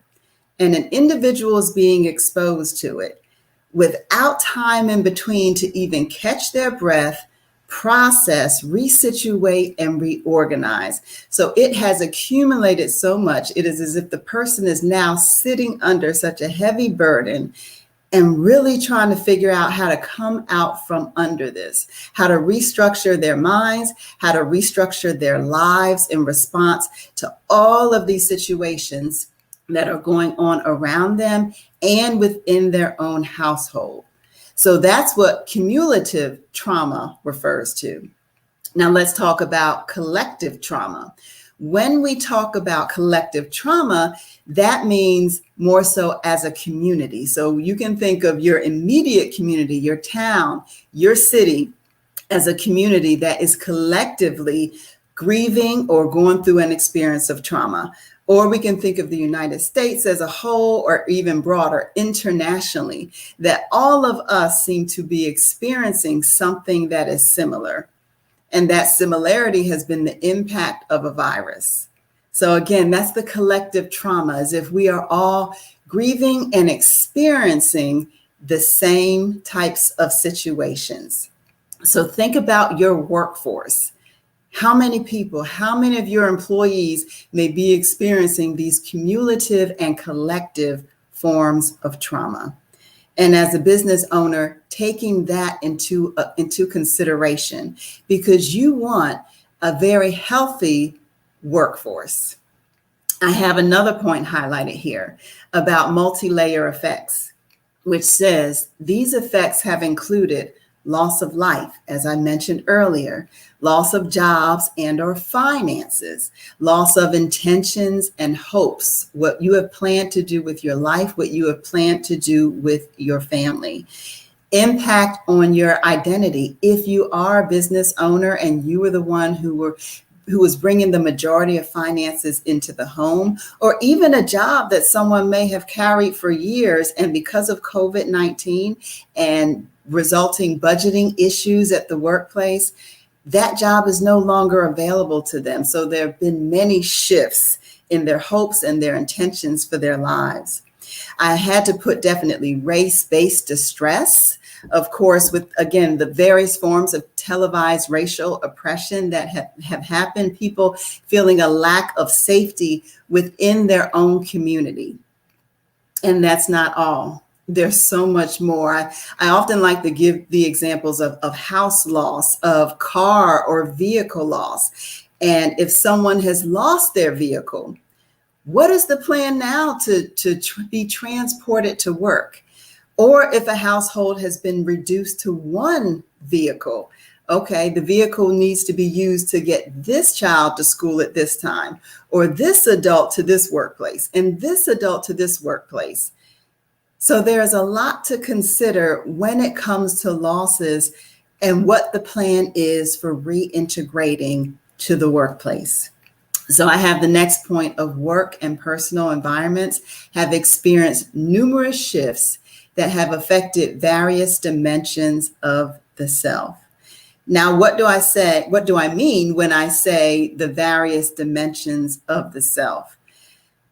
The psychological aspects of ourselves, our mental health, our emotional well-being, our social interactions, our physical aspects of ourselves, and so much more.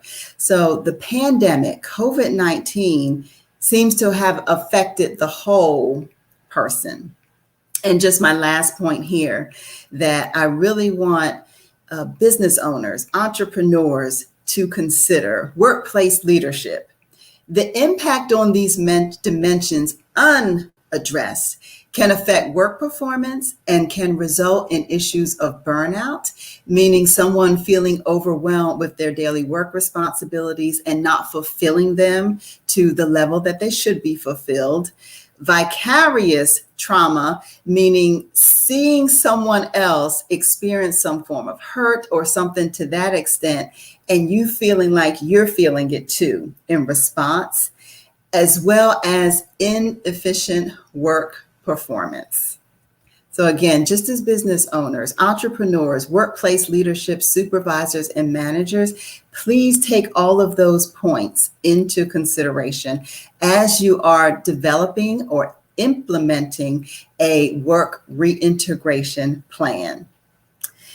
Another question, and of course you can type your responses in the chat or write it in your personal time and in your personal space. What kind of guidance do you think employees would need? So just take a moment to think about that. For an employee who has been exposed for over a year to a pandemic and other televised events, what do you think that employee would need to feel a sense of safety in the work environment? So give thought to that as you are developing a work reintegration plan. In other words, seek to empathize. Empathy is often thought of as putting yourself in someone else's shoes, but it's so much deeper than that. It's really working to imagine what their experience is. Their experience physically, their experience mentally, the emotions that align with that. And when you are able to put yourself in that space, it can help you to understand what your employees may need to feel safe and secure transitioning back into that work environment. Now, here we go with the word transition. And when we think about transition, we think movement, moving, shifting from one space to the next. So preparing people to shift, say, whether it's from teleworking in their home environment to these new schedules that they have created for their children. I think of new mothers who now have to basically trust other people if they have to go back to work to care for their children when they have been doing it all this time on their own. So there are so many factors to consider when someone is transitioning or pivoting or shifting to a different place. Fully, what would that mean to an individual?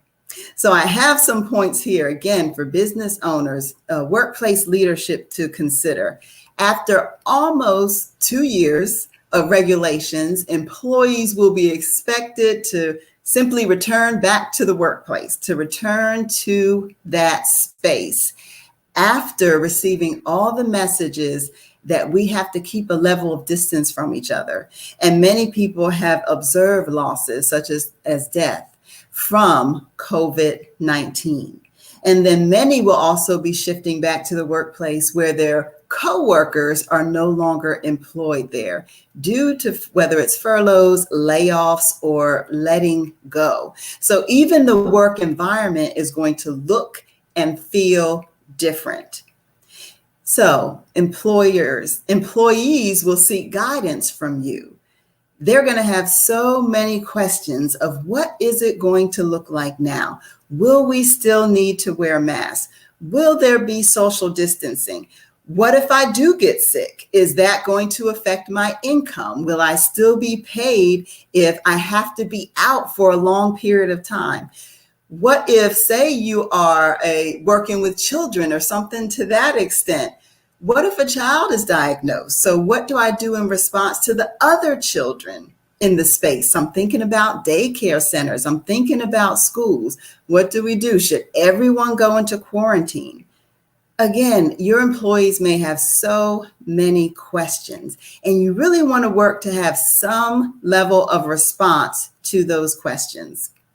I have here that many leadership personnel may feel ill-equipped to respond to those questions, and even questions that are related to mental health issues. Many employers may not feel equipped or may have never responded to mental health related questions.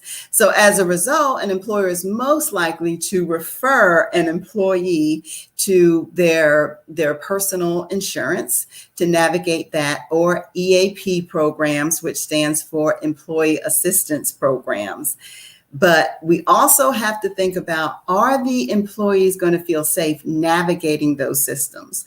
What I found is when it comes to different forms of medical or behavioral health insurance, it can be kind of difficult to navigate those networks. So will you have something in place to help your employees navigate those networks? Will you have something in place to help them navigate employee assistance programs? Will you have some type of community service at your workplace where maybe they could support each other? So thinking outside of the box, we have insurance companies, we have employee assistance programs, but what else might your employees need? So I have that coming up in just a few more slides. Here are some questions for you to consider. What can employees expect? So when you're working on a reintegration plan, consider that question. What can the employees expect? A second question, what resources are in place to respond to the needs of your employees? Question 3, what is your role as a leader in response to work reintegration planning? And question number 4, what if there are employees who decide not to return? So we have to keep all of those points in consideration when developing a workplace reintegration plan. So let's get into some of those points that I shared on the previous question slide. Workplace leadership must consider these factors. Some of your employees may not return. So we cannot have the assumption that everyone will be willing or will even be available to transition to the workplace. Here are a few reasons why. They've either obtained other employment that is more conducive to their life and the circumstances that they are now in that have resulted from COVID-19. Another reason, limited feeling of safety in the workplace. When I wrote this, I was thinking about those who may be in more so of a group work environment where there are many people in one space, in one room. So they're feeling a lack of safety, a lack of health safety that may be taking place in such a confined space, and concerns about going home, whether it's to their family or themselves getting sick, because again, being sick could mean loss of income. So a limited feeling of safety in the workplace. So they may seek other forms of employment where they can feel a sense of safety. Now, of course, health-related life circumstances, including pregnancy, chronic illness, or caregiving of vulnerable persons, whether it is an older adult or children that someone may be caring for. Again, not wanting to be exposed, because as I believe, the virus is not over. We do have a vaccine, but there are those lingering effects. So again, these are several reasons of why employees may not return to work. As leadership, how could you respond to some of this and make the workplace more conducive for the employees? Now, because of some of those reasons I mentioned on the previous slide, it could also result in some of your employees asking for more flexible work schedules to be able to respond to what has been taking place in the home environment. I mentioned earlier, there may be one car, there may be no car. Children may still be educated or receiving education from the home environment. There may be several issues at home where a person still needs time to adjust their schedule. And I also put here, in such cases, workplace leadership would need to determine how to assess the impact on various departments due to the loss of human capital. Now, many businesses may have the human resource department, they may have several other departments. But think about if there are key employees within those departments who do not return. What is going to take place? Are we going to place additional responsibilities on the employees who do return? Are they going to be compensated for those additional responsibilities? Okay, so thinking about all of these types of points, if someone chooses not to return, what will be the effects and what will be the response in the workplace? Now here, again, you can feel welcome to type a response in the chat, but it says, in your opinion, what would make a good work reintegration plan? In other words, what would need to be included for your unique business, your organization, to help your employees feel safe in transitioning to that environment? So just take some time, whether it's in the chat today or whether it's in your own personal space for processing. What would make a good work reintegration plan for your unique organization? On these next few slides, I just want to give you some tips of what to include in a workplace reintegration plan. First, you have to come in alignment with your employees. I mentioned the word empathize earlier about imaginatively experiencing what your employees have gone through, working to understand what their emotions may be in response, the impact of the losses, what shifting in their lives again would impact. So thinking about all of this and how that would impact their specific return to work decisions, okay? Your plan should be proactive. I often say, if you think about it, if you put it in place, you don't have to ask someone else, do you think we need a work reintegration plan? Yes, we do need some type of work reintegration plan. And again, it's based on your business, the number of employees, the size, et cetera, with the type of plan that you will do. But you want to be proactive. You want to support your employees. So whether it's developing paraphernalia, sending emails, whichever ways that you engage in communication with your employees, take that first step. Let them know that you are thinking about them, that you realize that there have been significant impacts that have resulted from COVID-19 and the multiple pandemics over the past year or so, and that you are working on something to help support them as they are transitioning back to the work environment, to help them function within their best ability. So here's a few activities just for you to consider when you are developing a workplace reintegration plan. Disseminate communications.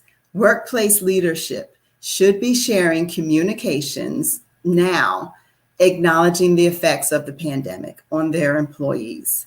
Again, that word empathize, empathy. And that's what this first point helps to communicate, that you hear them, that you realize that there has been cumulative and collective traumatic events that may have impacted their lives and their life situations. Number two, you want to develop and implement forms of communication between leadership and the employees. In other words, how can the employees communicate any apprehensions or concerns about returning to the workplace to you as leadership? And can they do that in a safe way where they do not feel like there will be some kind of consequence in response? So what are some safe forms of communication that employees can use to share their thoughts and perceptions about returning to the workplace to leadership? A third point, provide timely and accurate education. Now, education about what? Education, continuing education about COVID-19, the impact on the workplace, as well as what safety measures are we going to have in place now regarding social distancing, regarding mask wearing, regarding the number of people in a certain space, health insurance. If someone gets sick, what is going to happen? So developing forms of education around those various topics. And then number four, inform your employees about a coordinated system of care. Now, when I say coordinated system of care, that can include their individual health insurance, that can include employee assistance programs, and that can definitely include something that you create on site that responds to the needs of your unique employees. And that leads me to point number 5 about integrating unique components to the system of care, directly targeting grief, loss, and return to work issues. And this helps to decrease that sense of loneliness or isolation that, am I the only one who feels like this? Or do I have other colleagues and coworkers who are experiencing loss like I have, or who are feeling uncomfortable about fully being back in the workplace? What are they doing to increase their comfort? So whenever you have certain of those communal efforts, it can be helpful in the workplace. Another question, as always, you can post in the chat or respond within your personal time. Which of these activities may be useful in your work environment? So when you think about the previous slide and the 5 points that I showed you, considering those 5 points, which ones may be particularly useful for your unique business organization as leadership in the workplace? And with that, this is concluding my presentation, but I want to thank you. And overall, consider the impact of COVID-19 on the human experience, the level of impact and the shifts that each person has had to make in their own lives, whether it's within their household, the different employment shifts, the financial impact, the impact on their identities, etc., as you are working on a workplace reintegration plan. Now, here on this last slide, I have, if you wanted to obtain consultation or to just discuss more about your particular workplace, you can feel welcome to contact me. I shared my 2 websites earlier, but just to reiterate them here, one is veronicahardy.com, where you can reach me, and there is also drveronicahardy.com. And then I also have to reiterate the main point for Black Business Expo USA. It is to help support youth education. So please visit the website and support by donating. At the bottom of this slide here, you see that it says help support scholarships for youth education. To donate today, please visit blackbusinessexpousa.com. So again, I just thank everyone for attending today and just being a part of this presentation with us.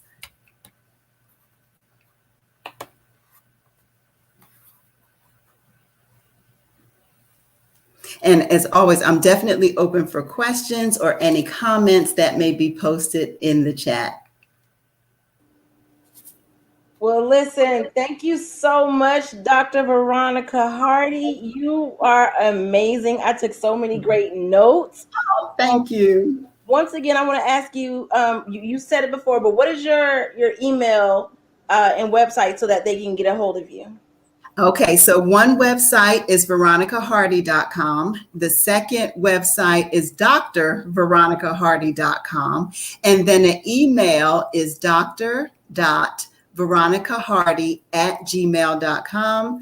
I'm also on LinkedIn and Facebook, and I also have a YouTube channel called Dr. Veronica Hardy. So those are different ways that you'll be able to find me.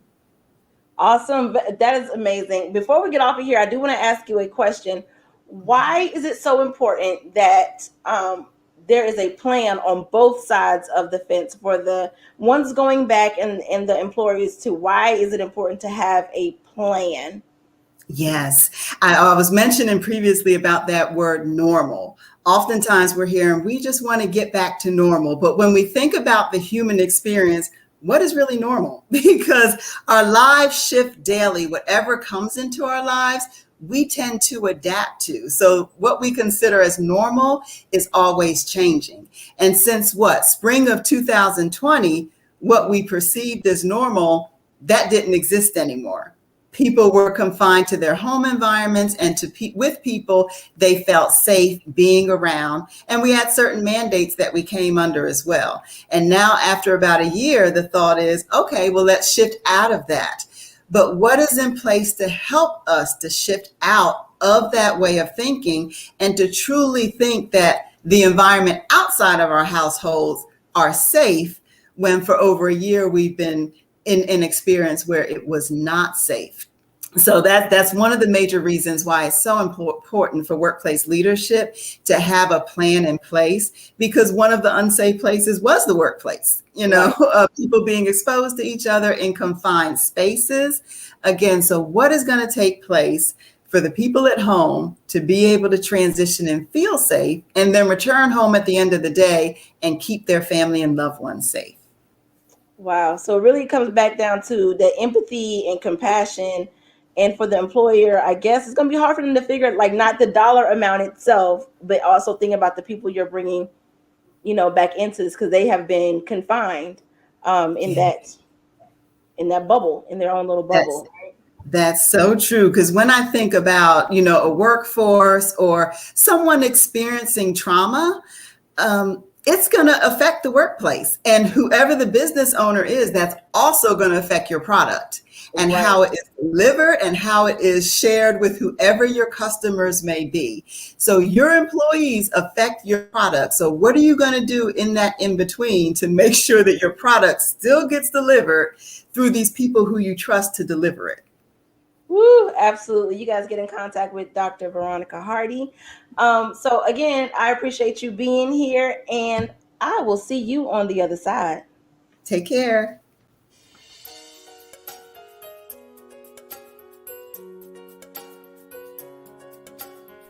Hello, my name is Natural Breeden, and I'm introducing a new author and her publication. Dr. Veronica Hardy is an inspirational speaker, author, and educator. Through her writing and public speaking, she uses the power of story to reveal and confront challenges experienced by the readers and listeners. And this is showcased through her book, A Letter to My Sisters, Reflecting on God's Promises.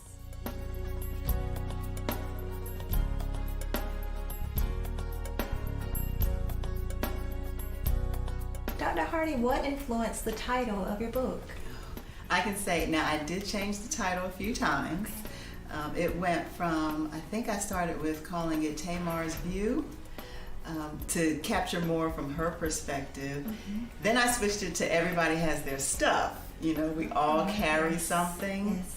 And then finally I decided to pray.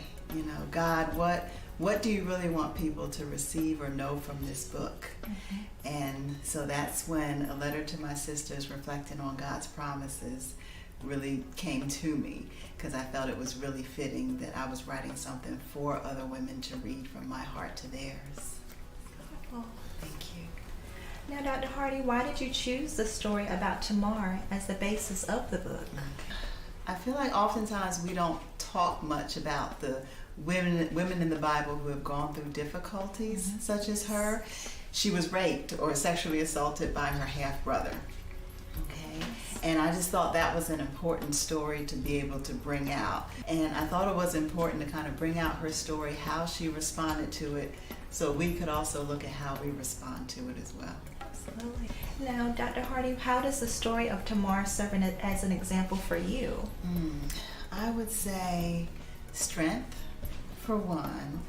It seems like she didn't hide it at all. And I think sometimes if someone were to ask us, we want to cover it. We don't want to share it. Why? Mm-hmm. Because we're carrying the shame, or we feel like we're guilty that we caused the situation to happen to us. Mm-hmm. So I was glad she was able to share it with her brother, acknowledge it, and then he said to her, don't take it to heart. Mm-hmm. And that message spoke to me that we don't have to carry what someone else did to us. We don't have to make that become part of our identity, but for us to remember who we are, because she was a princess. Okay? And that's not taken away because of what someone else did to her. And I just wanted us as women to remember who we are in God's eyes. Absolutely. Thank you for that.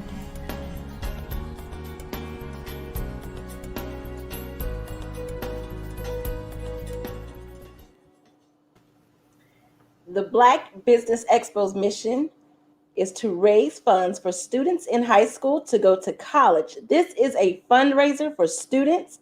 You may go to www.blackbusinessexpousa.com to donate to the scholarship fund. Our goal is to give 10 laptops to up to $5,000 to students, and students can register online at www.blackbusinessexpousa.com.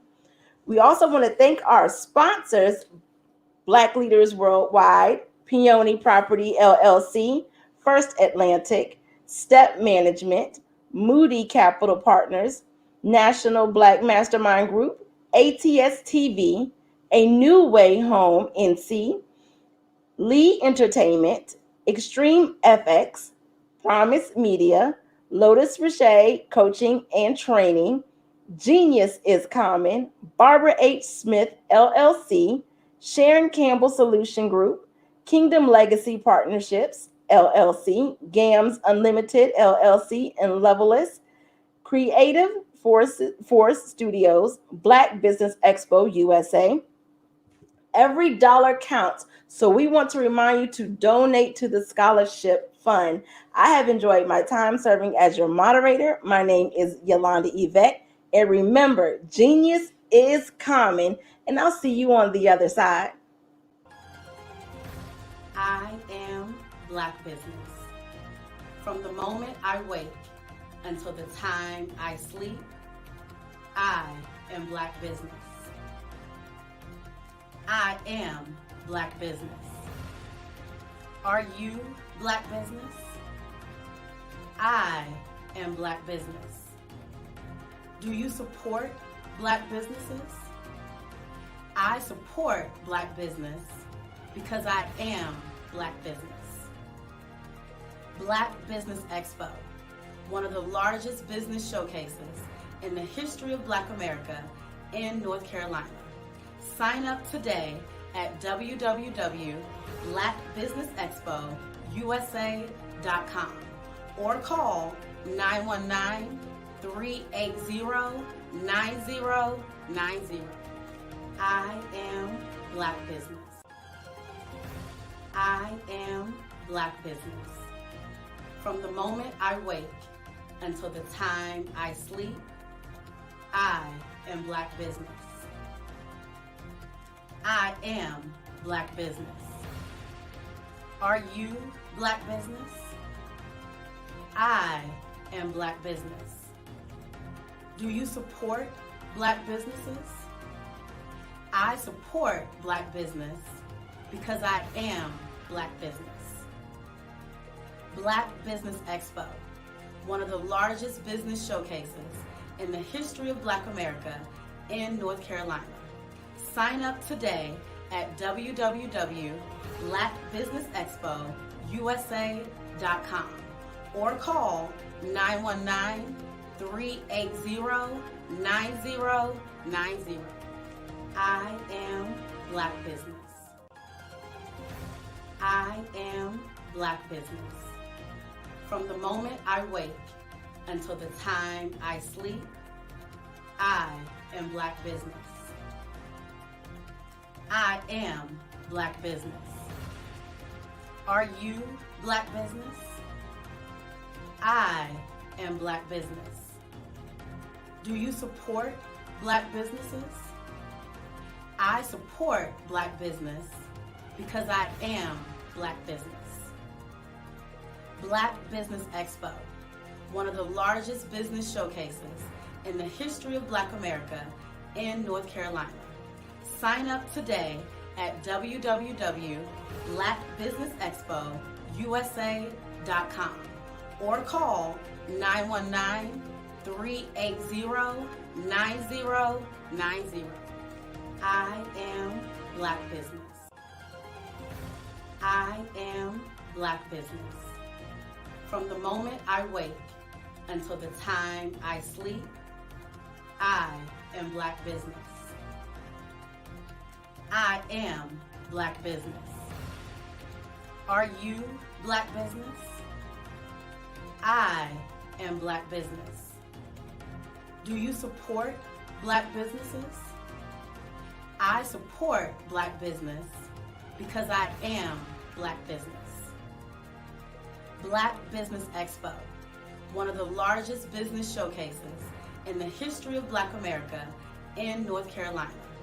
Sign up today at www.blackbusinessexpousa.com or call 919-380-9090. I am Black business.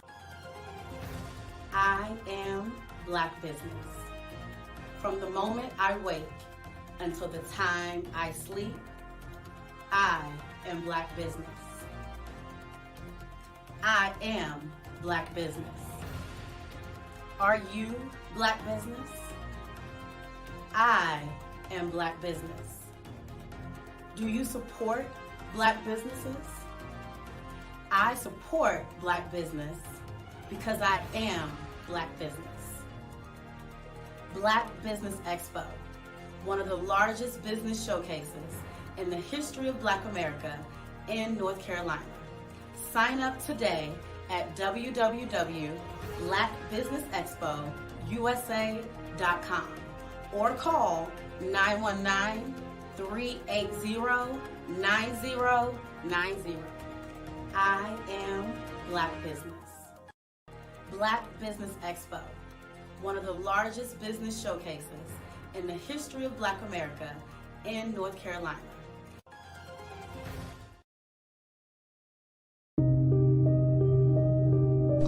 The Black Business Expo is changing my life.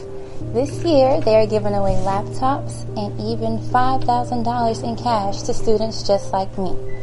I'm Alexis, and I want to go to college to fulfill my dream of becoming an entrepreneur. Help the Black Business Expo going to www.blackbusinessexpousa.com and also becoming a vendor, a sponsor, or donating.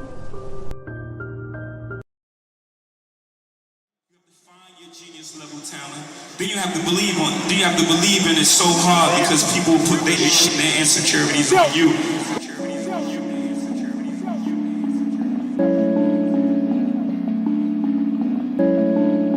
Squad made the beat. My name is Scott Galley, and I'm the CEO of Haystack Industries, and I am a genius. Hey y'all, it's TSU The Buzz Radio with your host, I am Zaire, also known as DJ Roz, and I am Genius. Our job is to find that genius level talent and then to apply it in a way that supports that genius level talent.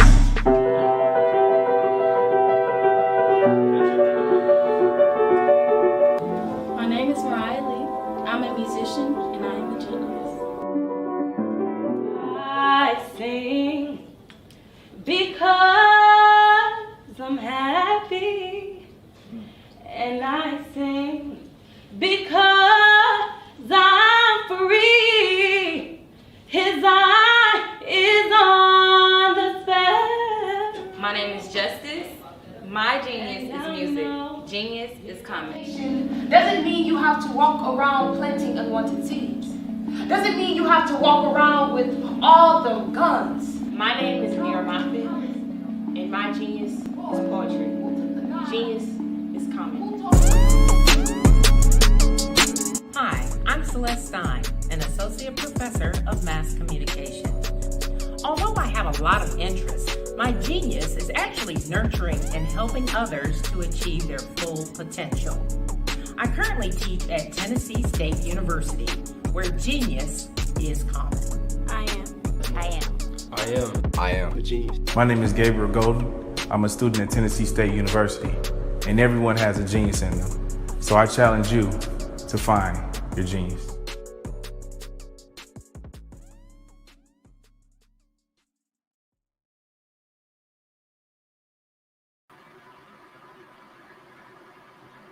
Well, good day, everybody. I am Camille Nash, and I am back. If you were tuning in yesterday, and I undoubtedly expect that you were, you saw me yesterday, and I am back today for just a very brief moment. Not gone far away, though. I will be listening behind the scenes, and I'll continue doing that even through tomorrow. But today I'm here for a very special treat. And before I share that with you, I would be remiss if I didn't, first of all, acknowledge and thank the Black Business Expo staff. I first of all have to acknowledge Dr. Eric Kelly for all of his graciousness and all of the wonderful staff. There's folks that are working behind the scenes that you don't see. So I just wanted to thank them for this privilege. Who am I? I'm Camille Nash. I am the CEO and founder of Camille Nash Communications, a subsidiary of CNC Media and PR. And tonight I am here with the extreme privilege and pleasure to introduce to you someone who is very dear to me. And let me tell you a little bit about her.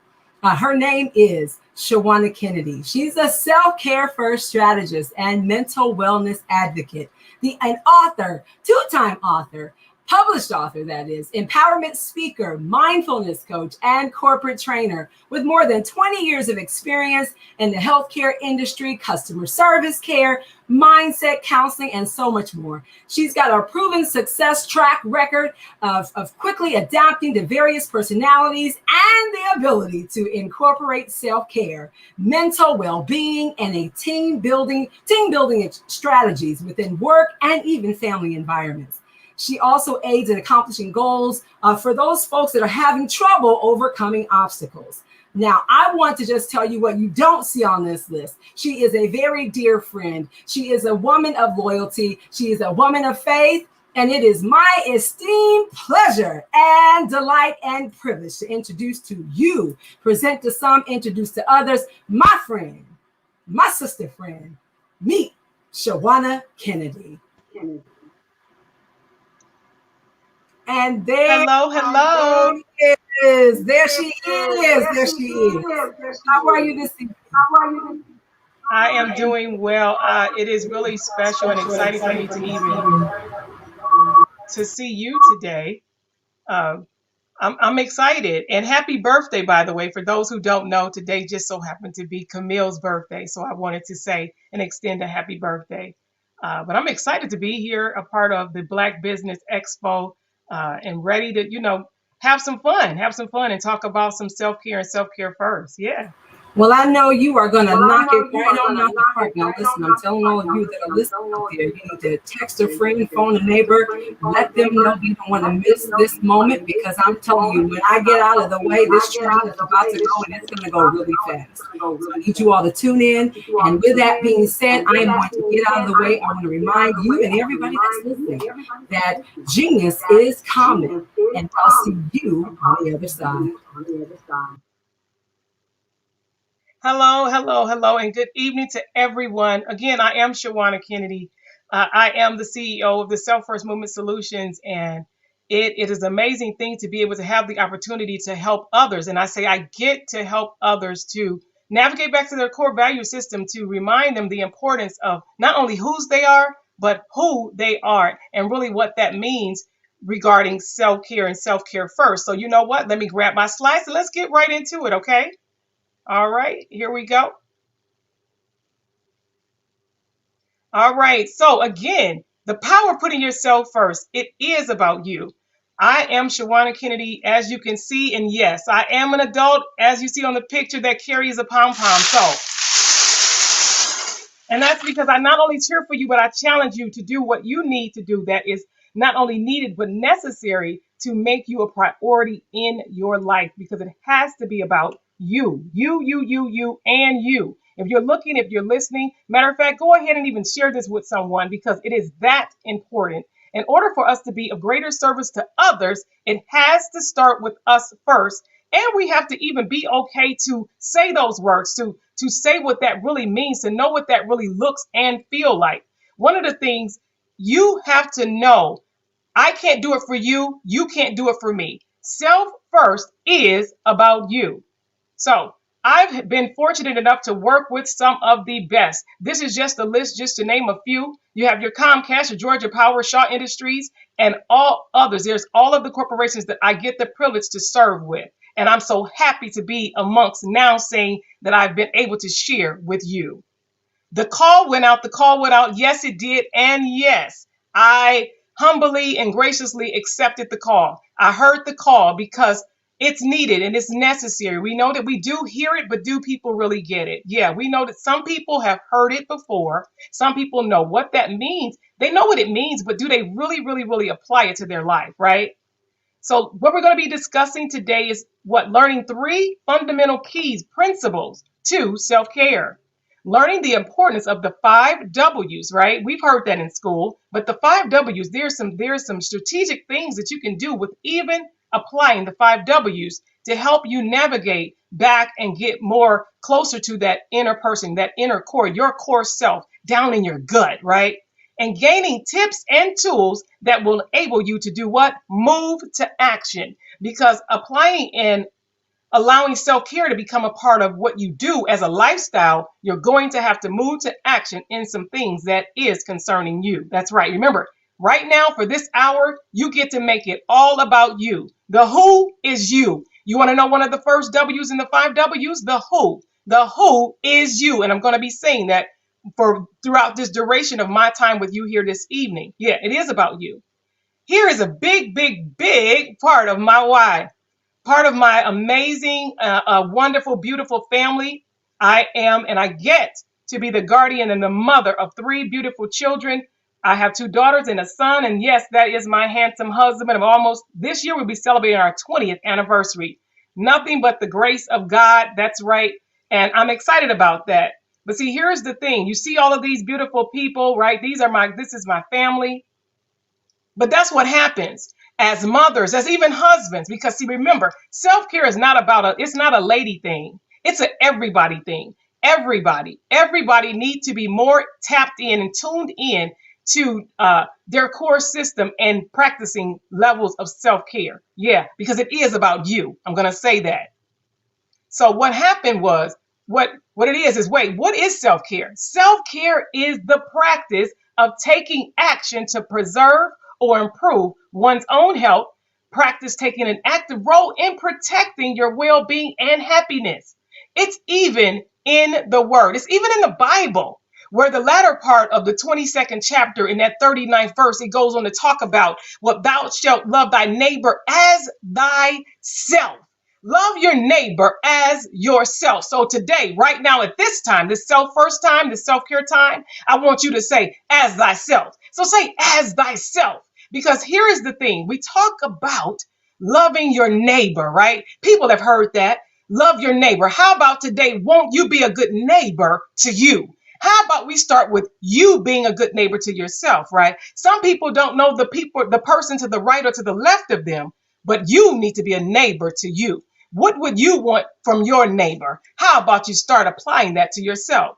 Be okay to begin to start investing in you. I told you before that I'm actually, I'm a mother. I'm a mother, right? So of course I think about my children. I have adult children as well as even a minor child. And every now and then, life shows up. But why do people even practice self-care? Look at it for a moment. What? To reduce stress and anxiety, to feel more positive, right? To improve your mental health, to improve physical health. Yeah. To combat depression. Caring for you helps those numbers, right? It increases motivation. It increases your productivity. Who don't need greater levels of productivity in every area of our life? Self-care is simply bettering you. You want to know what it is? Self-care is simply bettering you. We've heard all kinds of things as it relates to self putting yourself first, right? Or as I love to call it, self-firsting. It's okay. That is a thing, right? I've made it a thing if nobody else has. It's a thing, self-firsting. That's right. So, what is one of my very favorite quotes is one by Iyanla Vanzant, where it says, "I'm not selfish to put myself first. It's self-full." We need to know that it's self-full, and what comes from the overflow is what others get, what they should be receiving. Oftentimes, we're always pouring out, and we don't have anything left for ourselves. What's that cup look like for you? It says, "My cup runneth over. Surely goodness and mercy shall follow me." But what's running over? See, for some people, because they're so busy pouring out to other people and don't leave anything for themselves, they have nothing else to give. You can't give from what you don't have, right? Here's the thing. What's stopping you? What's holding you back? Is it stress? Did you know that because some of us, right, don't apply the greater levels of self-care, it does what? It affects every system in your body. Your immune system, huh? That's your glands, your blood cells. The skeletal system, that's everything. Your back, your muscles, your neck. How about that digestive system? We could talk a whole lot about right there, right? Why some stuff is not flowing inside of you or flowing from you, I should say, right? And with that, you'd be like, why am I all blocked up? Because you're not doing what is needed and it is necessary for you. How about that cardiovascular system? You're wondering, yeah, it is a matter of the heart. Loving yourself more is a matter of the heart. You've got to love yourself more. It is that important. You're that important. How about that respiratory system? Your lungs. Sometimes you can't even breathe. You have to be okay to even know when to take a breath, right? One of the things you can do, and I'm going to help some folks who may even be, I know that things have opened back up and you're in the office now. One of the things you can do to quickly bring yourself back to your present, right? Because it's being in the present moment so that you don't miss the moment, is to then not only take a breath, but incorporate your senses.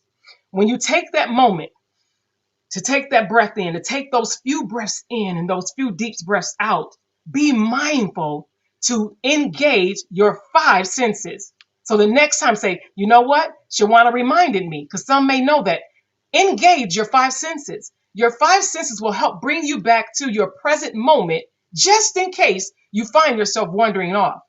Oh, I know, we just talked about it. Was it stress, or how about this? Could it possibly be fear?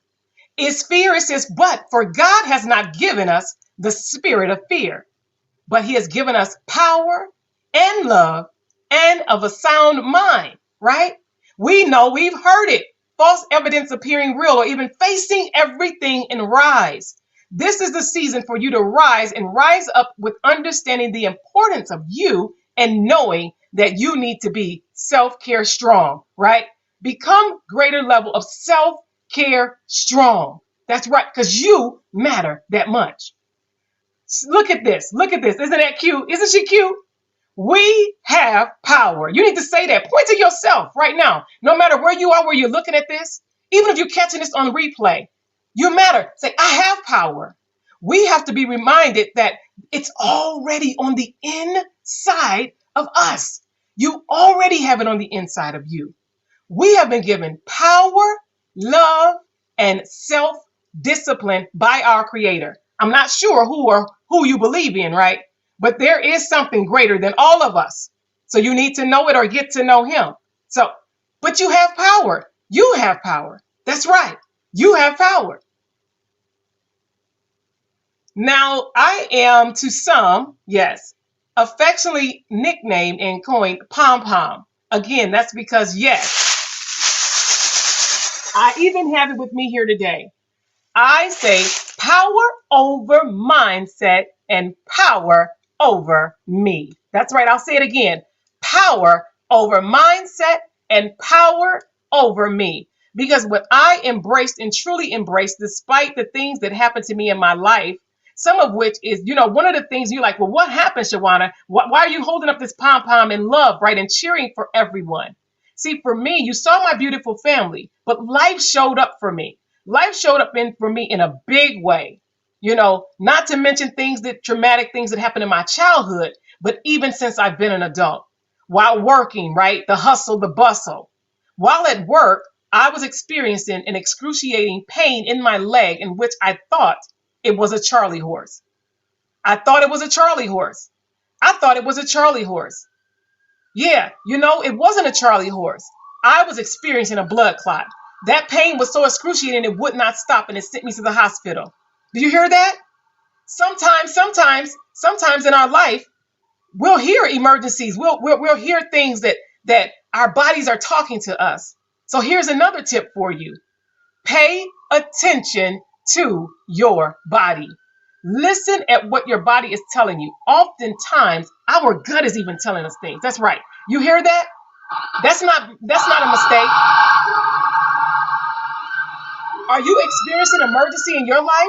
Has life shown up for you in such a way and you're ignoring it?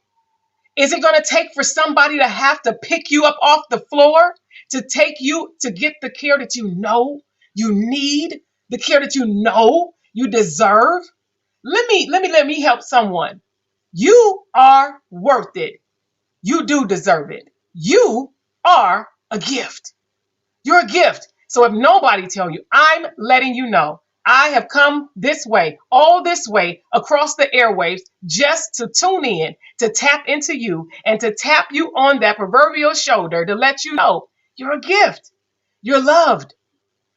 When I think about it, for a lot of people of faith, right? If you've ever gone to church and people hear the story and you hear the Bible stories about Jesus, right? And you say, yes, Jesus loved me. This I know, for the Bible tells me so, right?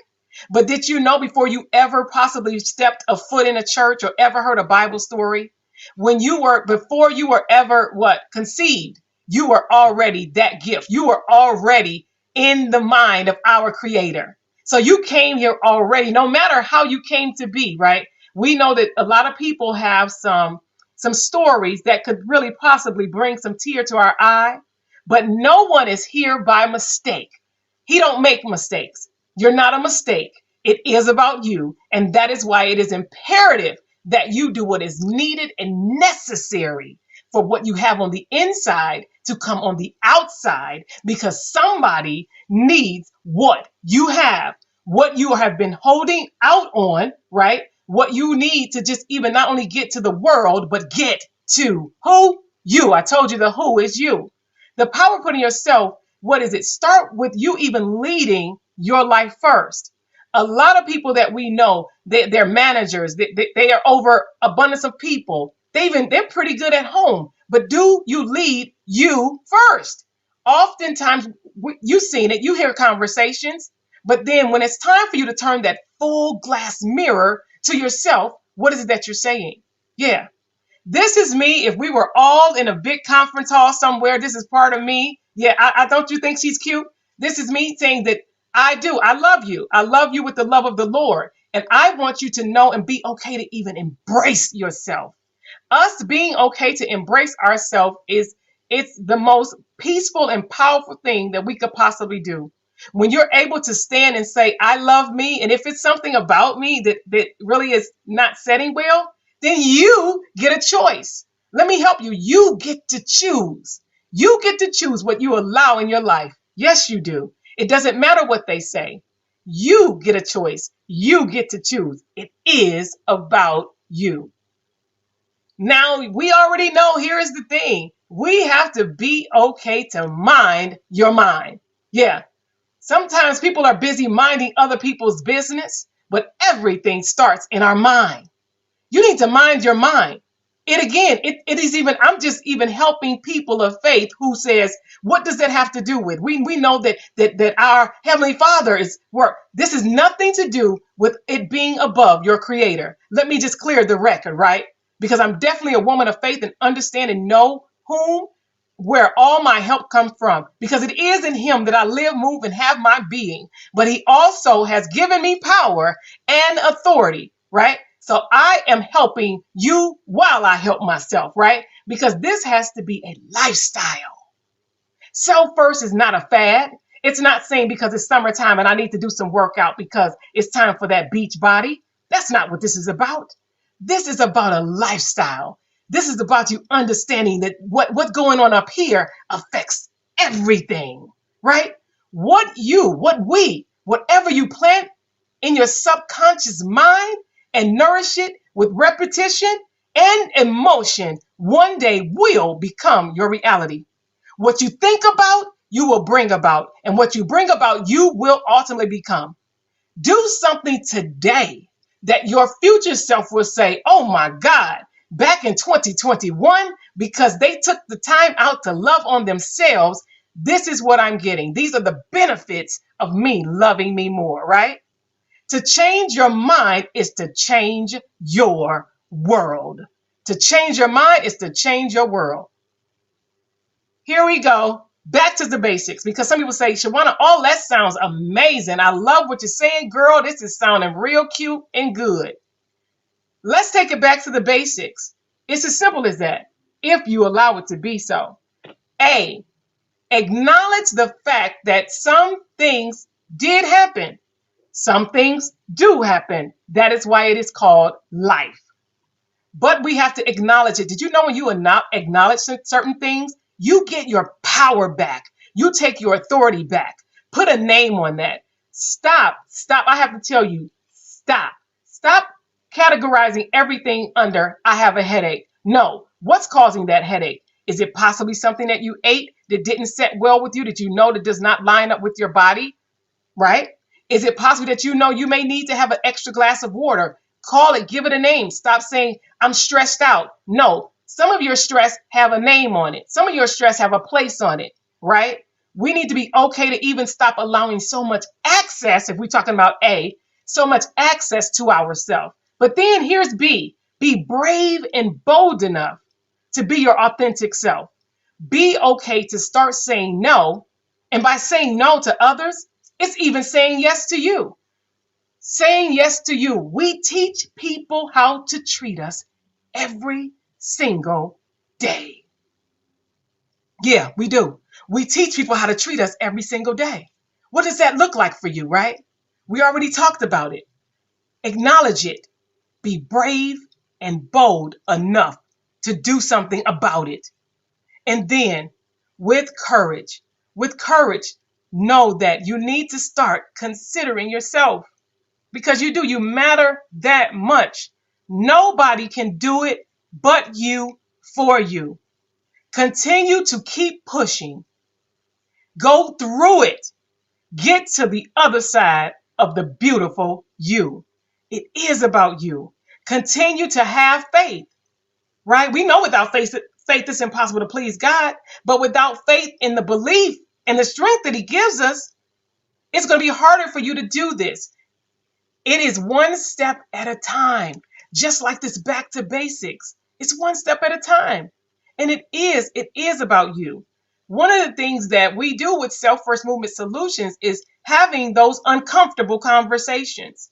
Because when we think about it, even getting back to the basics, it's like, what is the conversations that you're having with yourself? What are those stinking thinking? What are those thoughts that are actually holding you up? What is that voice in the back of your mind that it's time to tell it to be quiet, right? What are you saying that you're second guessing yourself and it's time for you to move to action in it? It's time for you to make the call, right? So acknowledge it. Be brave and bold enough to have those conversations with yourself first, because it's okay. See, often they be like, well, no, don't be talking to yourself. That could be viewed as you being crazy. No, you're kind of crazy if you don't talk to yourself, right? Because you need to know what you're saying to yourself and be okay to even have the conversation out loud so you can see what you're saying on the inside of your mind to say if it even makes sense when you speak it into existence. And we have to be mindful of the things that we allow to come out of our mouth. Watch your mouth in a nice way. Watch your mouth. Watch what you're saying about yourself. Because when you put it into the universe, then you're like, where is this coming from? Why am I getting all this? Why is all of this happening? Because you spoke it into existence. Begin to be mindful. I am really quick to, if I catch myself like, you slip and you say something, I immediately take it back and say, no. I didn't mean that. I meant this. Watch what you're saying about yourself, because then you put it out there, then what? It's looking for you. If you're working and operating in abundance and you know anything about the positive self-talk, right? The positive self-talk, even affirmations, because affirmations, let me help somebody. Affirmations is just the beginning. We can say our affirmations, right? They can help us. But knowing that it is an inside job. It's an inside job because the affirmations, they're a great place. Matter of fact, for me at a time, as a part of my self-first journey and as I was beginning to go deeper into this level of work and advocacy for others, it was me then having and spending a whole quarter of writing down things that I was grateful for every night, making sure that they were on my heart, making sure that I recited those things. But then it had to move from pen and paper to me putting into practice some of those very things in the words that I said to myself, that I believed them to be so. Because writing things down is a great thing, because it says write the vision and make it plain, right? But then you also have to move to action in doing something about the things that you have written down. So yes, writing a plan is beautiful. Writing the perfect plan is great. But if you do not begin to put it into practice, it's just words on a piece of paper and they mean nothing. So just know you are not insane. So stop it. When you think about being insane, you think about being crazy. Stop ignoring, stop negotiating, stop the unnecessary suffering, stop even being angry. Some people are way too needy, right? And then you walk around feeling empty. You have what you need on the inside. So instead of you saying what you're negotiating, turn that to you being more inspired, right? Turn the negotiating into saying, I now have non-negotiables when it comes to me and me putting myself first. When you think about suffering, you know what? How about you begin to then turn that and saying the sacrifices you make now is to better position and to prepare you for your greater future. And that future can start today. Make today even be what? Your January 1st, as I heard it said once before. Start today. You don't have to say, well, we're in the middle of a year. I'll do it at the end of the year. No, start today. It says, give us this day our daily bread, right? So what is it that you're eating off today that tomorrow you can be full of that will allow you to step out greater in this big, beautiful world? You only get one life. So how are you choosing to live in this one beautiful world and life that you get? Instead of being needy, how about you start making the necessary adjustments? So in Self First and with Self First Movement Solutions, even in the book, the 5 W's, we talk about stop making excuses and start making the necessary adjustment. So excuses, it's time out for excuses. Say, what do I need to adjust? Like, I'm even mindful about the word pivot. No, because, depending on how you pivot, it could be be okay to make the necessary adjustment, because sometimes you don't get a whole season to make a pivot. Some adjustments may have to be done immediately. How about even with that, you be okay to make the course correction right where it's needed. Insert a course correction right here, right? So be okay to make the necessary adjustment to do what you need to do. So stop feeling where you're being needy, making a necessary adjustment, and even feeling empty, and start using that to feel empowered, to know that you have what you need. And we hear it all the time, when the student is ready, the teacher will appear. Here is the thing. The teachers are already there waiting on you. It's just when you begin to tune in and tap into the beauty of not only who you are, but who you are, that's when you'll say, oh, that resource was right there. They were already willing to help me. Sometimes people are just watching you to see what it is that you're willing to do, right? It says you put one foot in front of the other, and just watch what happens when you begin to put you first, make you a priority, because it will benefit others. I told you, you've seen the beautiful picture of my family. I love them. But when it becomes a matter of my health, it's over. When it becomes hazardous to my health, we've already had the conversation. Some people need to be okay to even start having that come to Jesus conversation with their family, and let them know, because on this self-first journey, and I have to even tell you, I just showed you, isn't he cute? The who is you. And when you begin to put you first, when you begin to do what you need to do for you, when you need to do for you, what you need to do for you, what you need to do for you, what you need to do for you. I'm not stuck. I'm going to let it marinate. What you need to do for you, what you need to do for you, what you need to do for you. Everybody is not going to like it. They're not. They're not going to like it. You will come up against some resistance. Knowing the who is you. There is nobody that can treat you like, of course, our Creator, but you know you like nobody else. There's a lot of people in our life that say, I know you. I've been around you all your life. No, you know the voices and the cries that you hear at night. You know what happens when there's nobody in there except for you. Be okay to make yourself a priority. Be okay to do what is needed and is necessary so that you can live and have the abundant life that you know you need. Yeah, nobody can do it but you. I'm going to say that. The who is you. What? It has to be about you. Making yourself a priority needs to become number one. Yeah. I was so freed when I was able to call it what it is. A lot of people call self-care and putting yourself first so many other things. But when I was released and had the freedom to say, yeah, you know what? I am putting myself first. Yes, I am. Because me putting myself first will make you better. Without knowing who you are, you can't know what you need. You got to know who you are. Know who you are so you even know what you really don't like. Know who you are so you'll know what is no longer even serving you in this stage of your life. Know who you are so that things that you might have said yes to a decade ago, that no longer has a place in where God has you positioned for right now. How about that?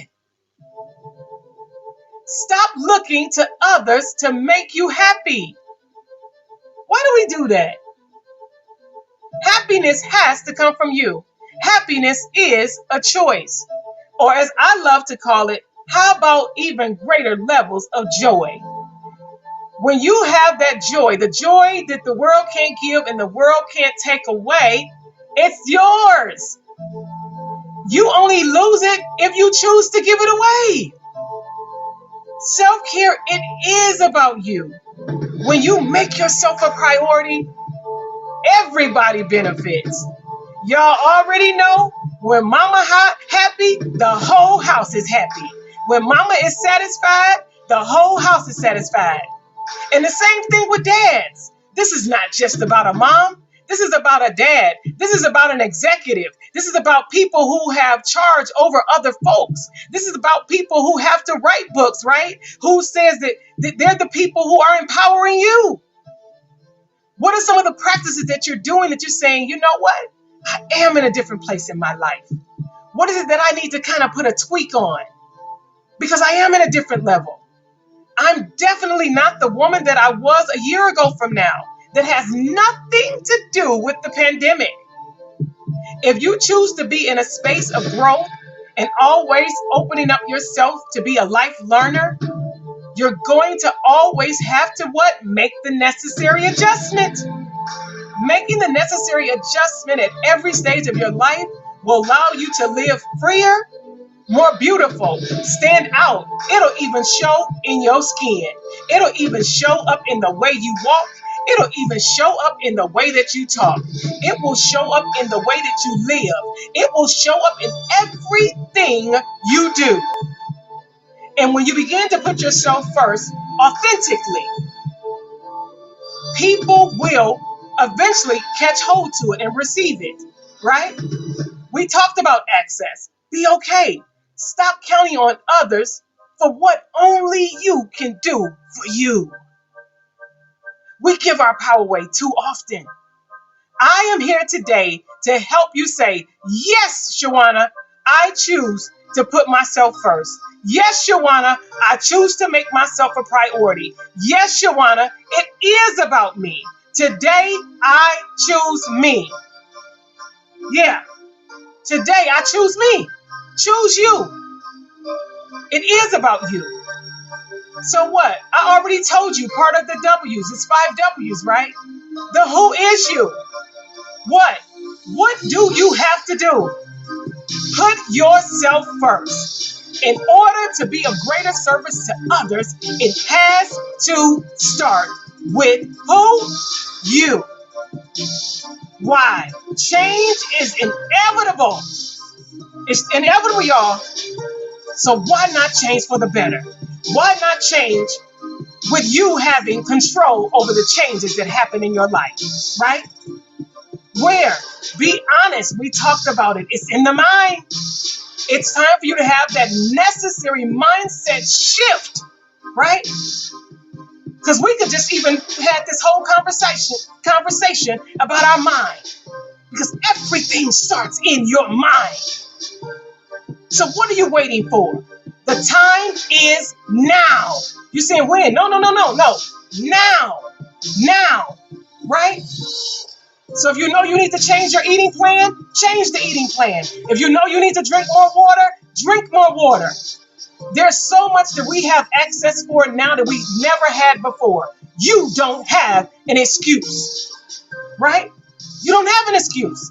So it's up to you to make the necessary adjustment. How? Here are some things.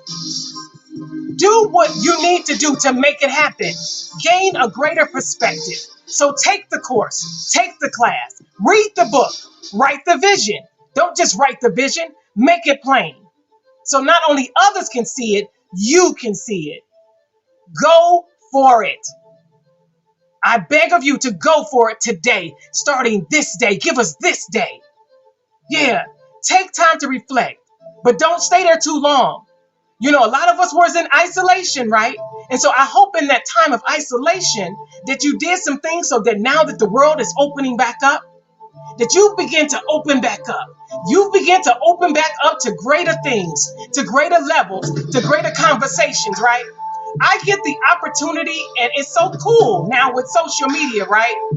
Through the pandemic and things like what Clubhouse, right? Oh my God, Clubhouse has changed some people. It's changed their whole world. But on Clubhouse, one of the things that I get to do, and I get to stop in a few mornings during the week, it's called, it's Dryer Buzz. Breakfast with Dryer Buzz. Yeah, check it out sometime. I love that, because who is it that you're having conversations with? Who is it that's feeding into your dream? Who's helping you to accomplish that goal? Iron sharpens iron. Huh? Having conversation with people that may have the resource, that may have the tool. Even being here today, this was me being by recognition of someone else. Who's bringing you in the room and you're not even present? What are you doing that they'll say, now he's ready? Yes, she's ready. She's done her work. She's now ready for this. She's now ready for that. He's ready for this. He's ready for that. What does that look like for you? What are you holding yourself up from? Why are you stopping your goal? Stop letting the start stop you. It is about you.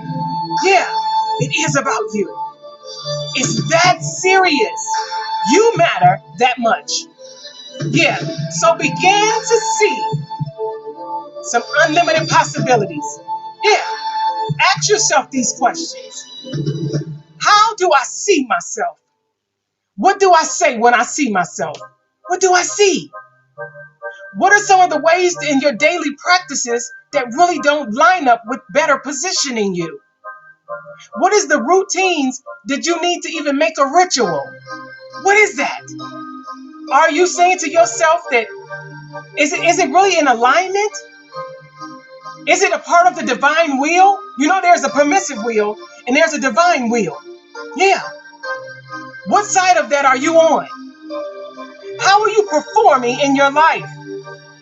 You need to be able to ask yourself some uncomfortable questions and then answer them. Don't raise the question and leave it there. Answer those questions. Don't allow the fear to stop you for what is waiting just for you.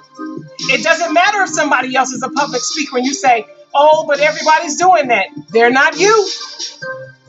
You can't do it for me and I can't do it for you. You are waiting on you. Yeah, you're waiting for you. So what? Do it now. Yeah.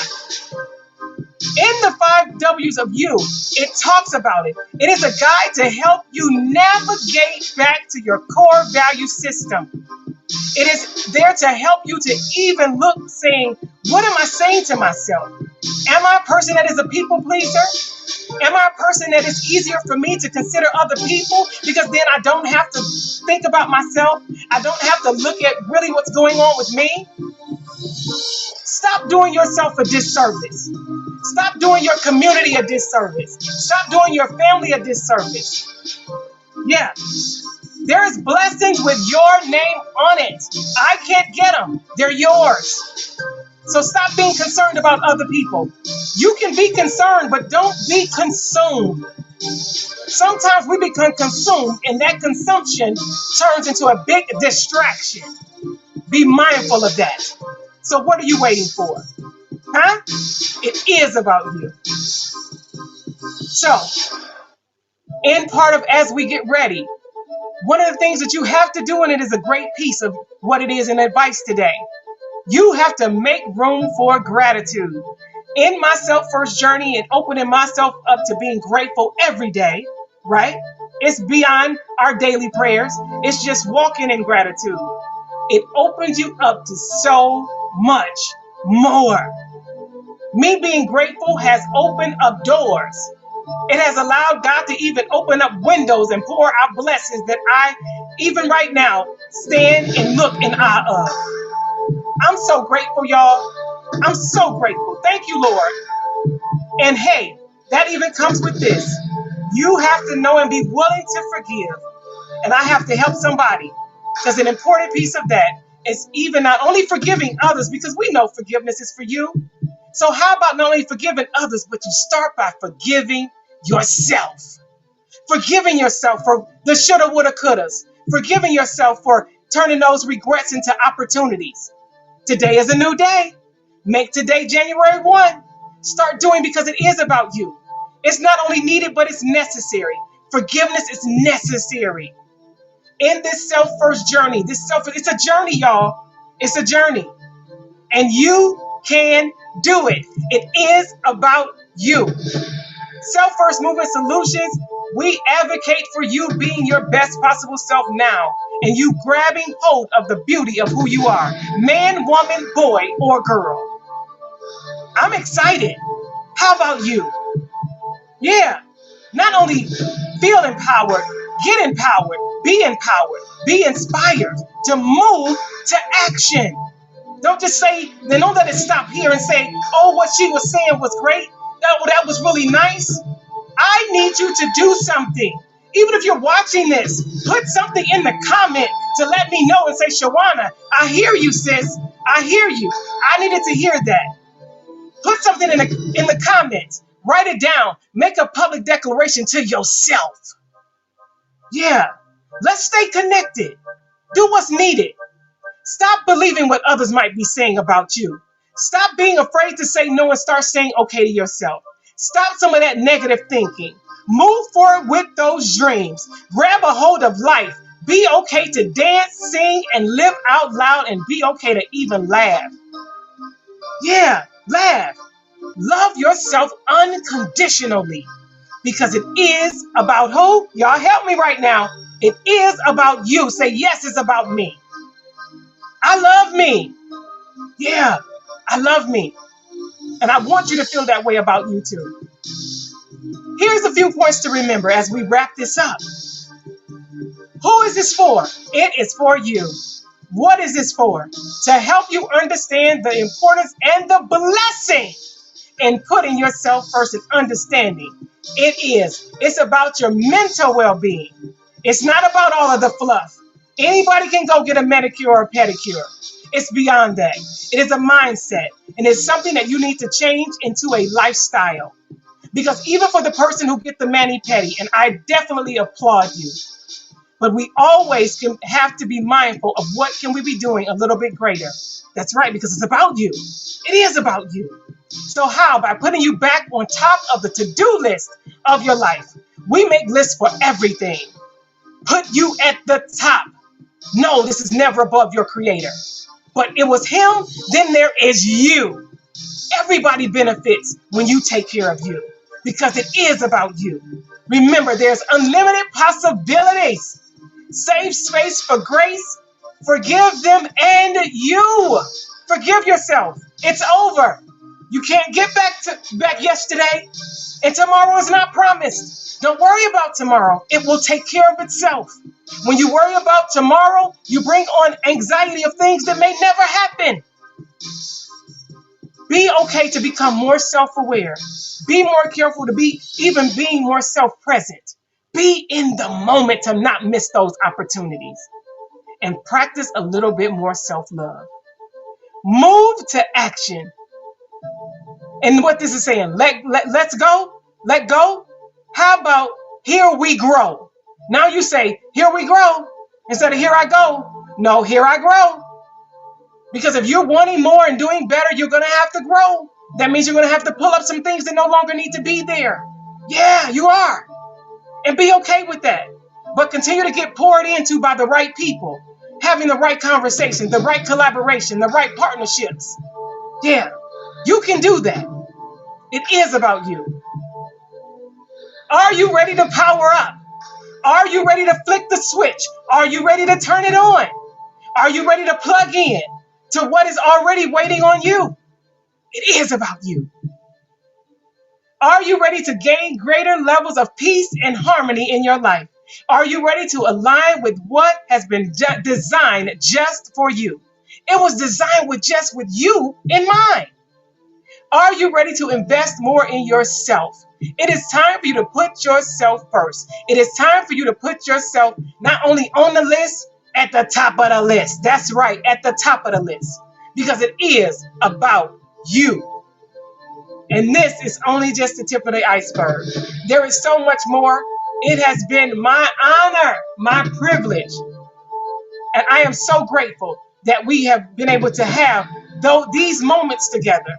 So thank you for tuning in. Thank you for sharing.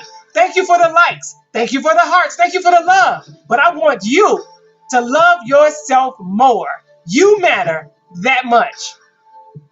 Yeah, you do, because it is about you. So make sure, please, ma'am, please, sir, yes, take a picture if you will. Make sure you stay connected. Follow me on social media.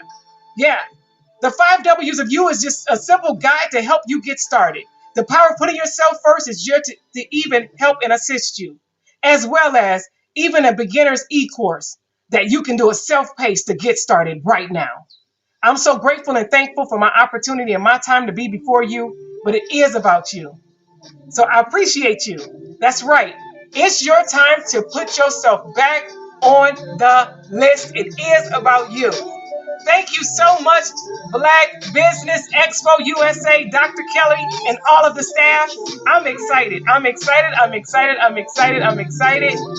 Yeah. Yeah. Yeah. Yeah. Yeah.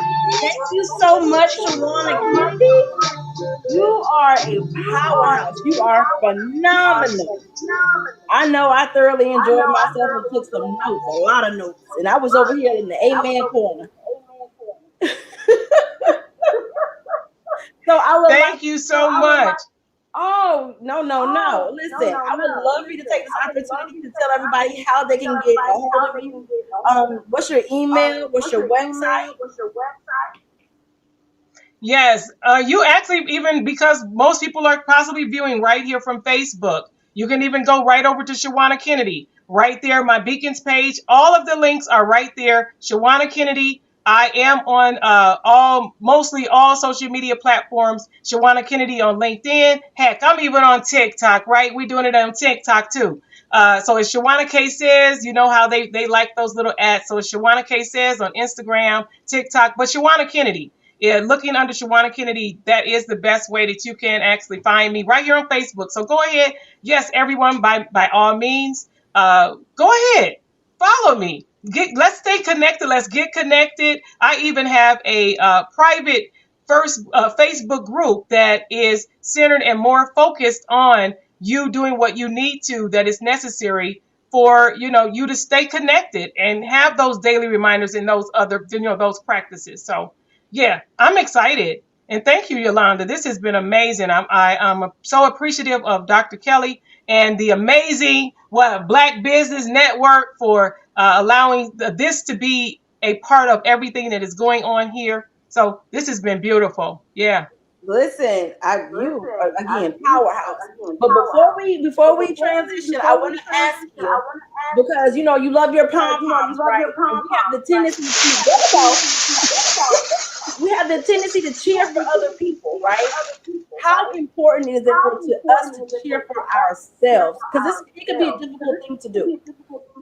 So how important is it? Yeah. How important is it? You know what? It's nice, again, like even with having me or having other coaches and things that people use. That's why I say one of the things with Self-First Movement Solutions, we even incorporate or we allow or we ask that, or even if you're saying, Shawana, I need one, we even send pom-poms out to people. You know why? Because it's not only me cheering, but it is me challenging you to do that. Because even with that, in that sound of just that, the ruffling of the pom-pom, and for those who might have missed that slide, it's power over mindset, power over me, power over mindset, power over me. Shaking that, you need to know what that feels like in here to cheer for yourself. Because oftentimes people want to hear the applause of others. We have to know what that feels like and sound like for ourselves, so that we won't be starstruck or we won't be so drawn in by waiting on somebody else's applause, somebody else's cheer. That's nice. Yes, by all means, cheer for me, applaud for me, root me on. But I have to know to encourage myself, to self-encourage, right? Because self-care and self-first, In order for you to even get to a greater level of your self-care, you have to be honest to call it that and say, I need to put me first, right? Because self-care, we can do that all day long, right? People do that. You know, some people will go and get a manicure, a pedicure, get the facial, right? You know, but no, what is it that you're doing on a greater level that the inside of you is saying, that's cute, but you know, I need more. You know, I need more, right? And we do need more because look what's going on in the world. And it's as the world turns. What we've seen, it's the world. Stuff will continue to happen. That's why we have to constantly have these reinforcements and make it a lifestyle. So stop making excuses, everybody, and start making the necessary adjustment to not only put you at the top of the list, but make you a priority on that list because it is about you. Ooh, y'all, listen. And on that note, I'm see you on the other side. Thank you so much. This has been amazing. Okay, you guys, the Black and women, the Black Business Expo mission is to raise funds for students in high school to go to college. This is a fundraiser for students. You may go to www.blackbusinessexpousa.com to donate to the scholarship fund. Our goal is to give 10 laptops and up to $5,000 to students, and students can register online at www.blackbusinessexpousa.com. Now we would also like to thank our sponsors. We have Black Leaders Worldwide, Peony Properties LLC, First Atlantic, Step Management, Moody Capital Partners, National Black Mastermind Group, ATS TV, A New Way Home NC, Lee Entertainment, Extreme FX, Promise Media, Lotus Ritchie, Coaching and Training, Genius is Common, Barbara H. Smith LLC, Sharon Campbell Solution Group, Kingdom Legacy Partnerships LLC, GAMS Unlimited LLC and Loveless, Creative Force Studios, Black Business Expo USA. Every dollar counts. So we want to remind you to donate to the scholarship fund. And remember, genius is common. And I'll see you on the other side. I am Black Business. From the moment I wake until the time I sleep, I am Black Business. I am Black Business.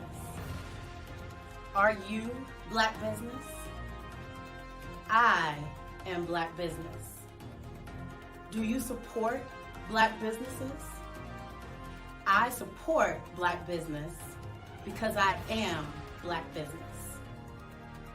Black Business Expo, one of the largest business showcases in the history of Black America in North Carolina. Sign up today at www.blackbusinessexpousa.com or call 919-380-9090. I am Black Business. I am Black Business. From the moment I wake until the time I sleep, I am Black Business. I am Black Business. Are you Black Business? I am Black Business. Do you support Black businesses? I support Black business because I am Black Business. Black Business Expo, one of the largest business showcases in the history of Black America in North Carolina. Sign up today at www.blackbusinessexpousa.com or call 919-380-9090. I am Black Business. I am Black Business. From the moment I wake until the time I sleep, I am Black Business. I am Black Business. Are you Black Business? I am Black Business. Do you support Black businesses? I support Black business because I am Black business. Black Business Expo, one of the largest business showcases in the history of Black America in North Carolina. Sign up today at www.blackbusinessexpousa.com or call 919-380-9090. I am Black business. I am Black business. From the moment I wake until the time I sleep, I am Black business. I am Black business. Are you Black business? I am Black business. Do you support Black businesses? I support Black business because I am Black business. Black Business Expo, one of the largest business showcases in the history of Black America in North Carolina. Sign up today at www.blackbusinessexpousa.com or call 919-380-9090. I am Black business. I am Black business. From the moment I wake until the time I sleep, I am Black business. I am Black business. Are you Black business? I am Black business. Do you support Black businesses? I support Black business because I am Black business. Black Business Expo, one of the largest business showcases in the history of Black America in North Carolina. Sign up today at www.blackbusinessexpousa.com or call 919-380-9090. I am Black business. Black Business Expo, one of the largest business showcases in the history of Black America in North Carolina.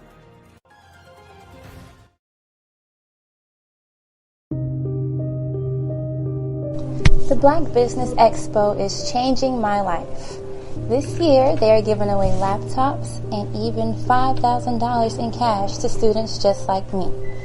I'm Alexis, and I want to go to college to fulfill my dream of becoming an entrepreneur. Help the Black Business Expo going to www.blackbusinessexpousa.com and also becoming a vendor, a sponsor, or donating.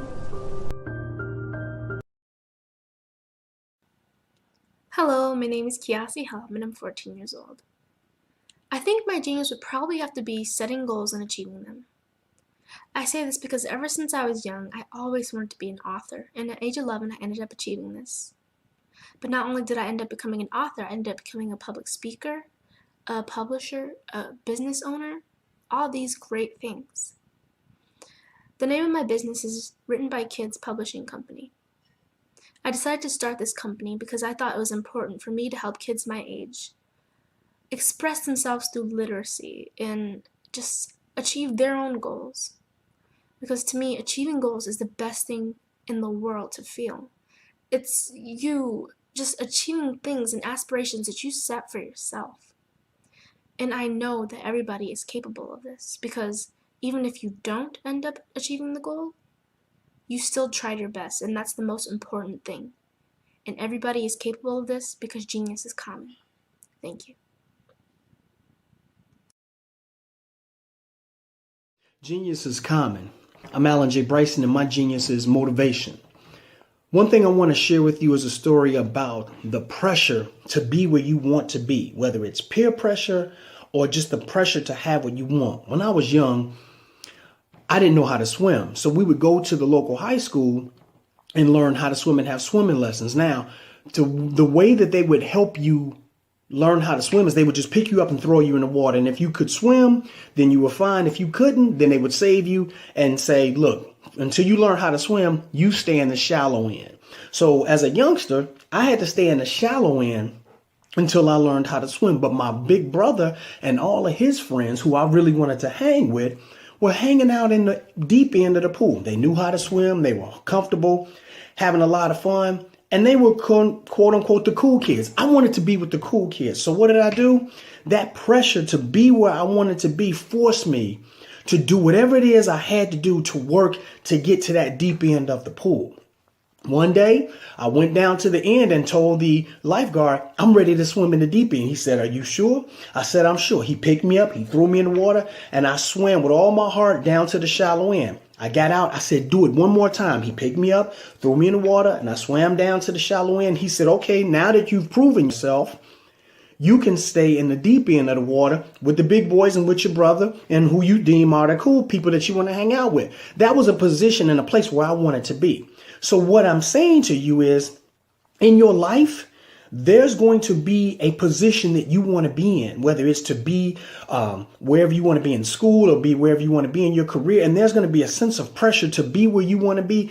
Use that as motivation to get where you need to be. So if you are in the shallow end of the pool of life, it's time to start working as hard as you can to develop your swim skills so you can make it to the deep end of the pool. If the deep end of the pool is where you want to be, now is the time to start working on your stroke and working on your breathing and doing everything you can to make sure that you get to the deep end of the pool, because that's where you want to be. Don't look at the people at the deep end of life and say, well, I'm hating on them because they have what I don't. You don't talk about them. You talk to them and say, hey, how did you get to the deep end of the pool? How did you learn how to swim that fast? So in my circumstance, the pressure of wanting to be down at the deep end of the pool was so great. I worked my behind off and did whatever I could to make sure that the next time I was thrown into the pool, I could prove my swim proficiency to make sure that they knew that I could swim and I could be in that spot where I wanted to be.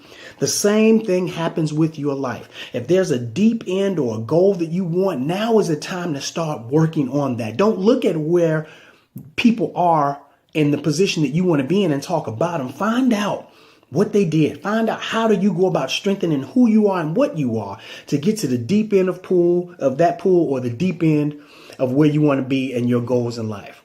I'm Alan J. Bryson. Genius is common. Today's guest is Amika Adams. Amika Adams is a creative brand strategist and an innovator resource coach. She has numerous projects that she is passionately working to bring about change and inspiration. Amika is known as the Creative Lady, and she wants to help other people learn how to patent their invention. An inventor resource. She wants to teach people how to patent their invention at affordable fee by sharing the resource.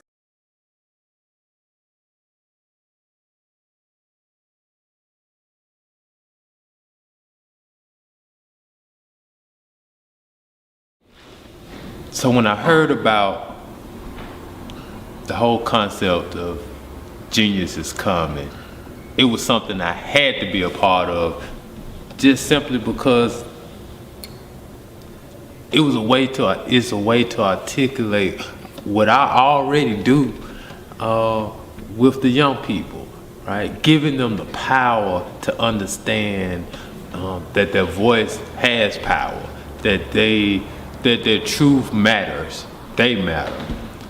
We all have gifts, and my genius is helping others to explore and unlock those gifts. I think my greatest genius is being a dad, though. But with this right here, we're gonna take you on a little journey into John Paul's world. This is my genius, and my genius is coming. Word. Of your 490-degree angles, solitude in the land of complete strangers. Adapting to the world changes. Through my art, pour out my heart to some of the pain stinging. Of your 490-degree angles, solitude in the land of complete strangers.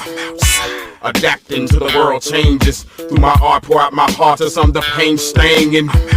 Right? This is real. This is just the presentation of this means so much more. Just the presentation of this is letting the world know, letting your parents and all these other individuals know that you are not that.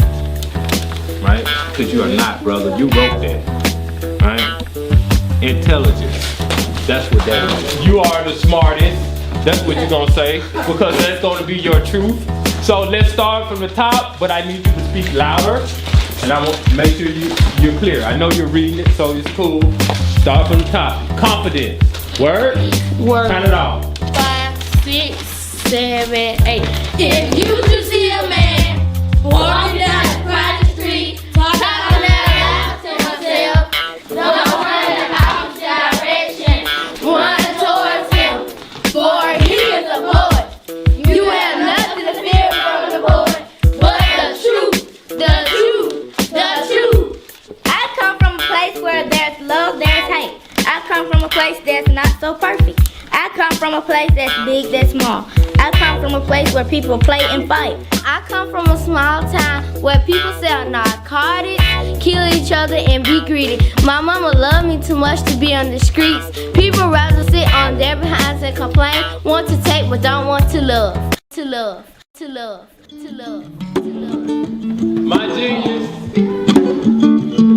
My genius is new man.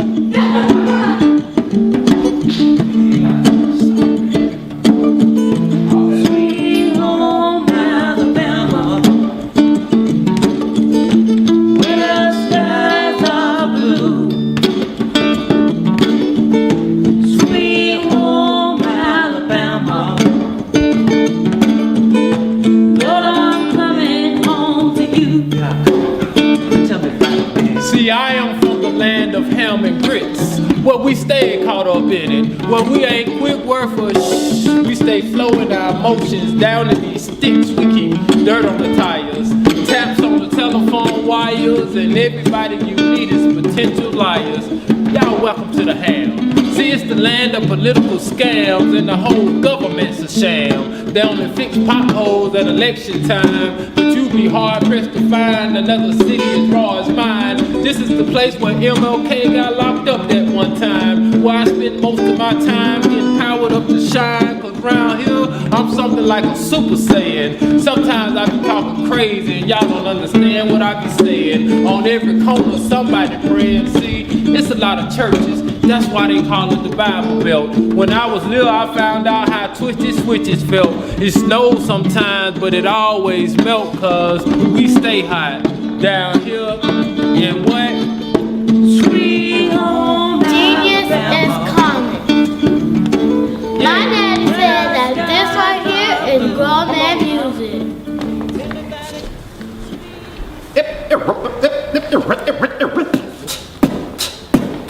I say this right here is grown man music. This right here is grown Come man on. music. I say this right here is grown man music. This right here is grown man music. I say this right here is grown man music. This right here is grown man music. We telling this right here is grown man music. This right here, this right here. Now I came out the trap to put the ham on the mouth. One hand on the mic, keep One a hand on the strap. Cause y'all be acting crazy down here in the dirty. Grown man status ever since I turned 30. Brain flow, Bill Gates, so label me nerdy. 5 mics in the hood, so label me worthy. Man, I'm so real, I don't need no grill. It is what it is, this is how I live, cause this is real life. Y'all dogs that don't bite, walking in the dark, now I'm searching for the light. Say bruh, say bruh. You ain't spitting the truth, now what you spitting for? Yeah. Say go and get your own, what you waiting for? Just use your hip for what he made it for. It's a grown man thing, holler later, bruh. Say this right here is grown man music. This right here, this right here. I say this right here is grown man music. This right here, this right here.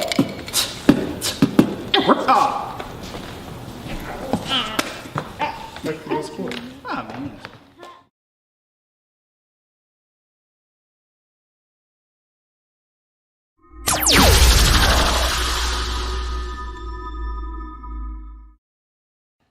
I am Sharon Lee, and my genius is video. I am first a woman of God that loves to laugh and make others feel good about themselves. I am the founder, creator, and owner of Video Mania Marketing Production Agency, a creative and visionary leader. I am also the Master Videographer Ambassador to the Genius is Common movement, and I want to thank God and Mr. Bruce George for this amazing opportunity and platform. Now, there are many videographers in this world, so what makes me different, you may ask? It's my passion for video, mobile marketing, and cutting-edge technology. I was always called the Mrs. Gadget to Mr. Gadget back in the day. My passion will always keep my clients in front of their competitors, and I strive to keep my clients excited and see them succeed. The fact that no one does video like I do, and I don't do video like anyone else, that is my genius, and I own it. From 3D life-size lip-sync avatars, live footage action logos, live footage and photo cinemagraphs, also known as GIFs, to sketch to photo or sketch to video explainer videos, and live event recordings, and so much more. Your videos are on steroids. Video email marketing is here. I show you how to leverage video with email, video newsletters, even video sign-up forms and autoresponders. You don't have a list? No problem. I can help you with that too. I work with clients who want their message told in a unique way that grabs attention, keeps interest, and compels to take action. We work together not on just a video, but a video marketing strategy. Video is here. So don't leave your money on the table. Don't be the one left behind. You have a genius in you too. Your genius is that special something that you do that no one else can ever take away from you. Whatever it may be, no one can do it like you do. Your special touch and your special way makes you a genius in who you are. Everyone has a genius in them. Don't let the world put you in a box or classify you. Own your genius. Join the movement and let me help you announce your genius to the world, because genius is common.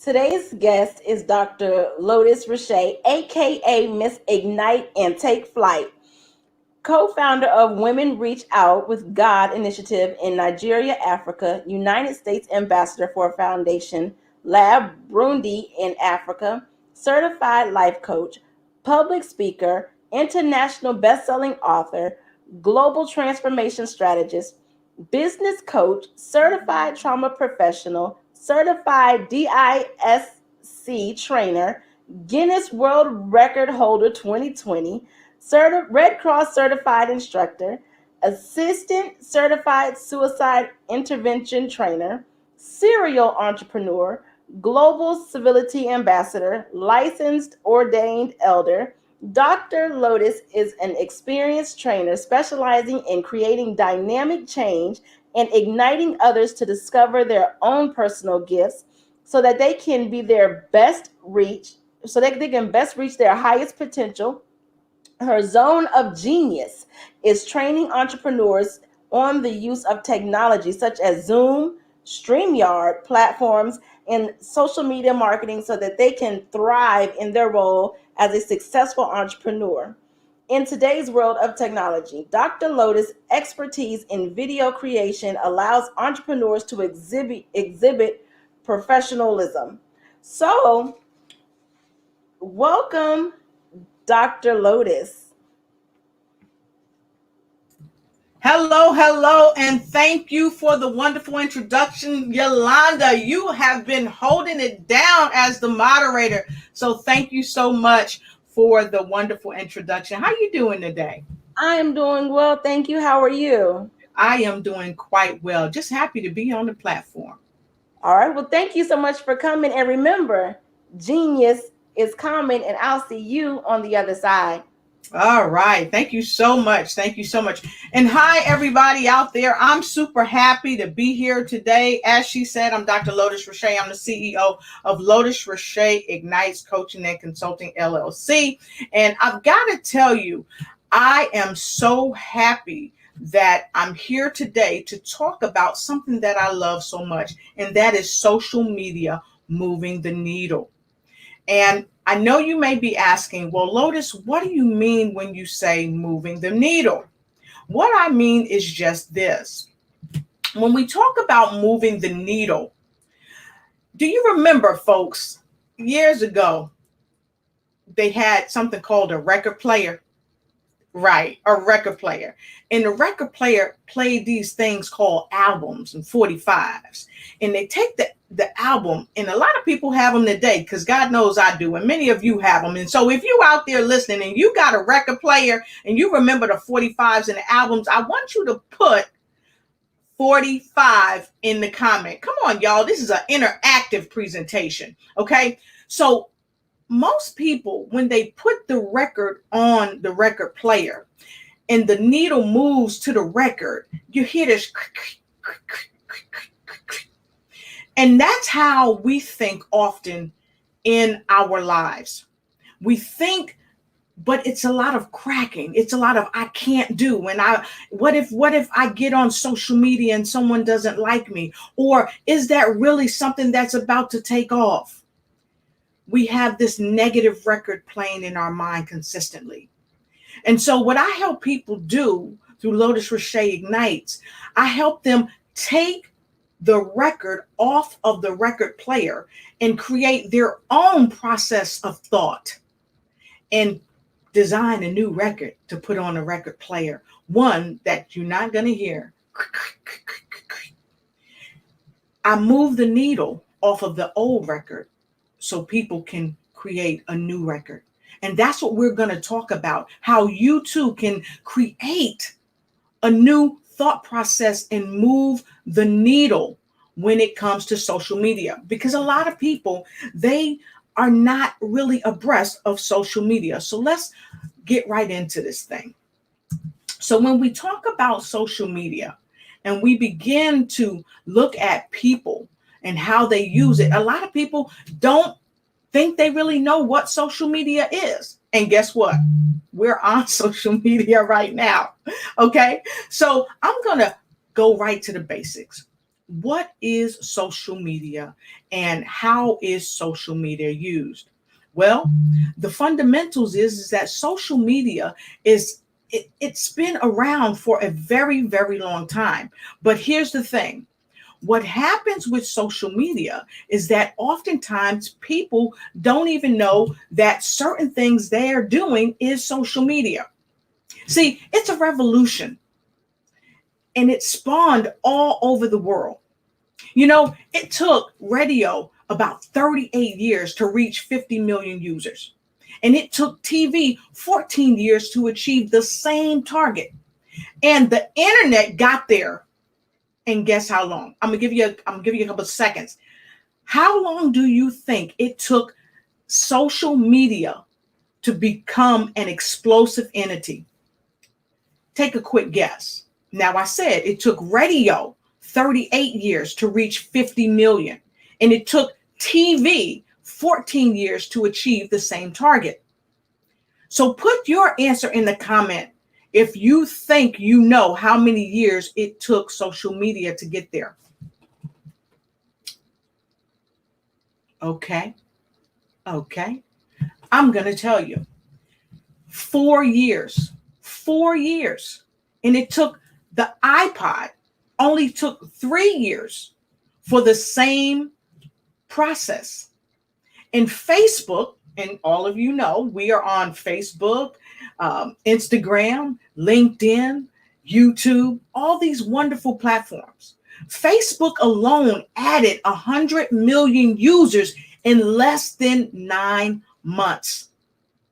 See, social networking has become almost the way of every person's existence. And I say the way of every person's existence because some people are not on social media. But as my previous speaker said, it's the way. It's here. It's not going anywhere. It's not going anywhere. Social media is here to stay. And some of you say, well, all right, we're on Facebook, but I'm on social media because I'm on my laptop. No, guess what? Here is one of the key things that people use for social media, your phone. This is a $1 trillion business, technology. And if you see, I'm even streaming the live process that we're using right now because this is the way of the world. So you can use your iPad, you can use your cell phone, you can use your laptop, and you can go anywhere in the world with social media and work from home. Let's face it, the pandemic has taught us that there are no barriers when it comes to social media. It doesn't matter the ocean that divides you and another person. It doesn't matter the wall that divides you or even the mode of transportation. The fact of the matter is that social media is one of the ways to go. And if you're trying to go to social media and do your best job, then here's the time for you to do it. So as I said before, social media is the it. It's the catalyst for change. So if you're looking for change, you're in the right place at the right time. It breaks down every barrier. And it is the highway that everybody can travel on. Okay? You are not in a box anymore. So let's talk about why it's important. Why is social media important? And I'm going to defer to one of the queens of television, Miss Oprah Winfrey herself. Oprah Winfrey, she shared with the world that when she looked at social media, she realized that it's changed the way that people see each other. I have friends all the way in Africa, in Australia, in Canada, and I talk to them on a daily basis most of the time, and I don't even have to leave my house. Oprah Winfrey even said everybody gets a stage. It's a platform so that you can stand up and be counted, basically. Okay. And she said that it's what she loves. Okay. And I got that right from Oprah. So if the queen of television, daytime TV, and for some of you, nighttime TV, shared this, it's time for you to move the needle because she's moved the needle. So I know a lot of you may be terribly afraid of being on social media. I want to share a story with you because you're not alone. I remember when I was in Atlanta and a friend of mine, Kevin Thornton of the Kevin Thornton Wellness Architect Show. I'd been on his show a couple of times and we really gelled really well. And he said, Lotus, I really would like to do some more things with you. How would you like to maybe be my co-host? And I was floored because he had been in business for about 3 years. His show was doing really well. And I was honored, I was humbled, and he invited me. But I was scared. Anybody out there ever get scared? If you ever get scared, go ahead and put an S in the comment because we want to see some activity. Do you ever get scared when you get on social media? Because here's what I know. The average person gets scared. And the people that you think are not afraid or don't want tips when they get on social media, you are sadly mistaken. I had Jack Canfield come on my show. And Jack Canfield said, well, Lotus, how do you want me to come on? When should I come on? And it wasn't that he was nervous, but he understood the rules of social media. And there is a method to the madness. and it doesn't have to be madness for you, and you don't have to be afraid. And back to Kevin. When I got on the Kevin Thornton Wellness Architect show, because of course I said, yes, I would be delighted.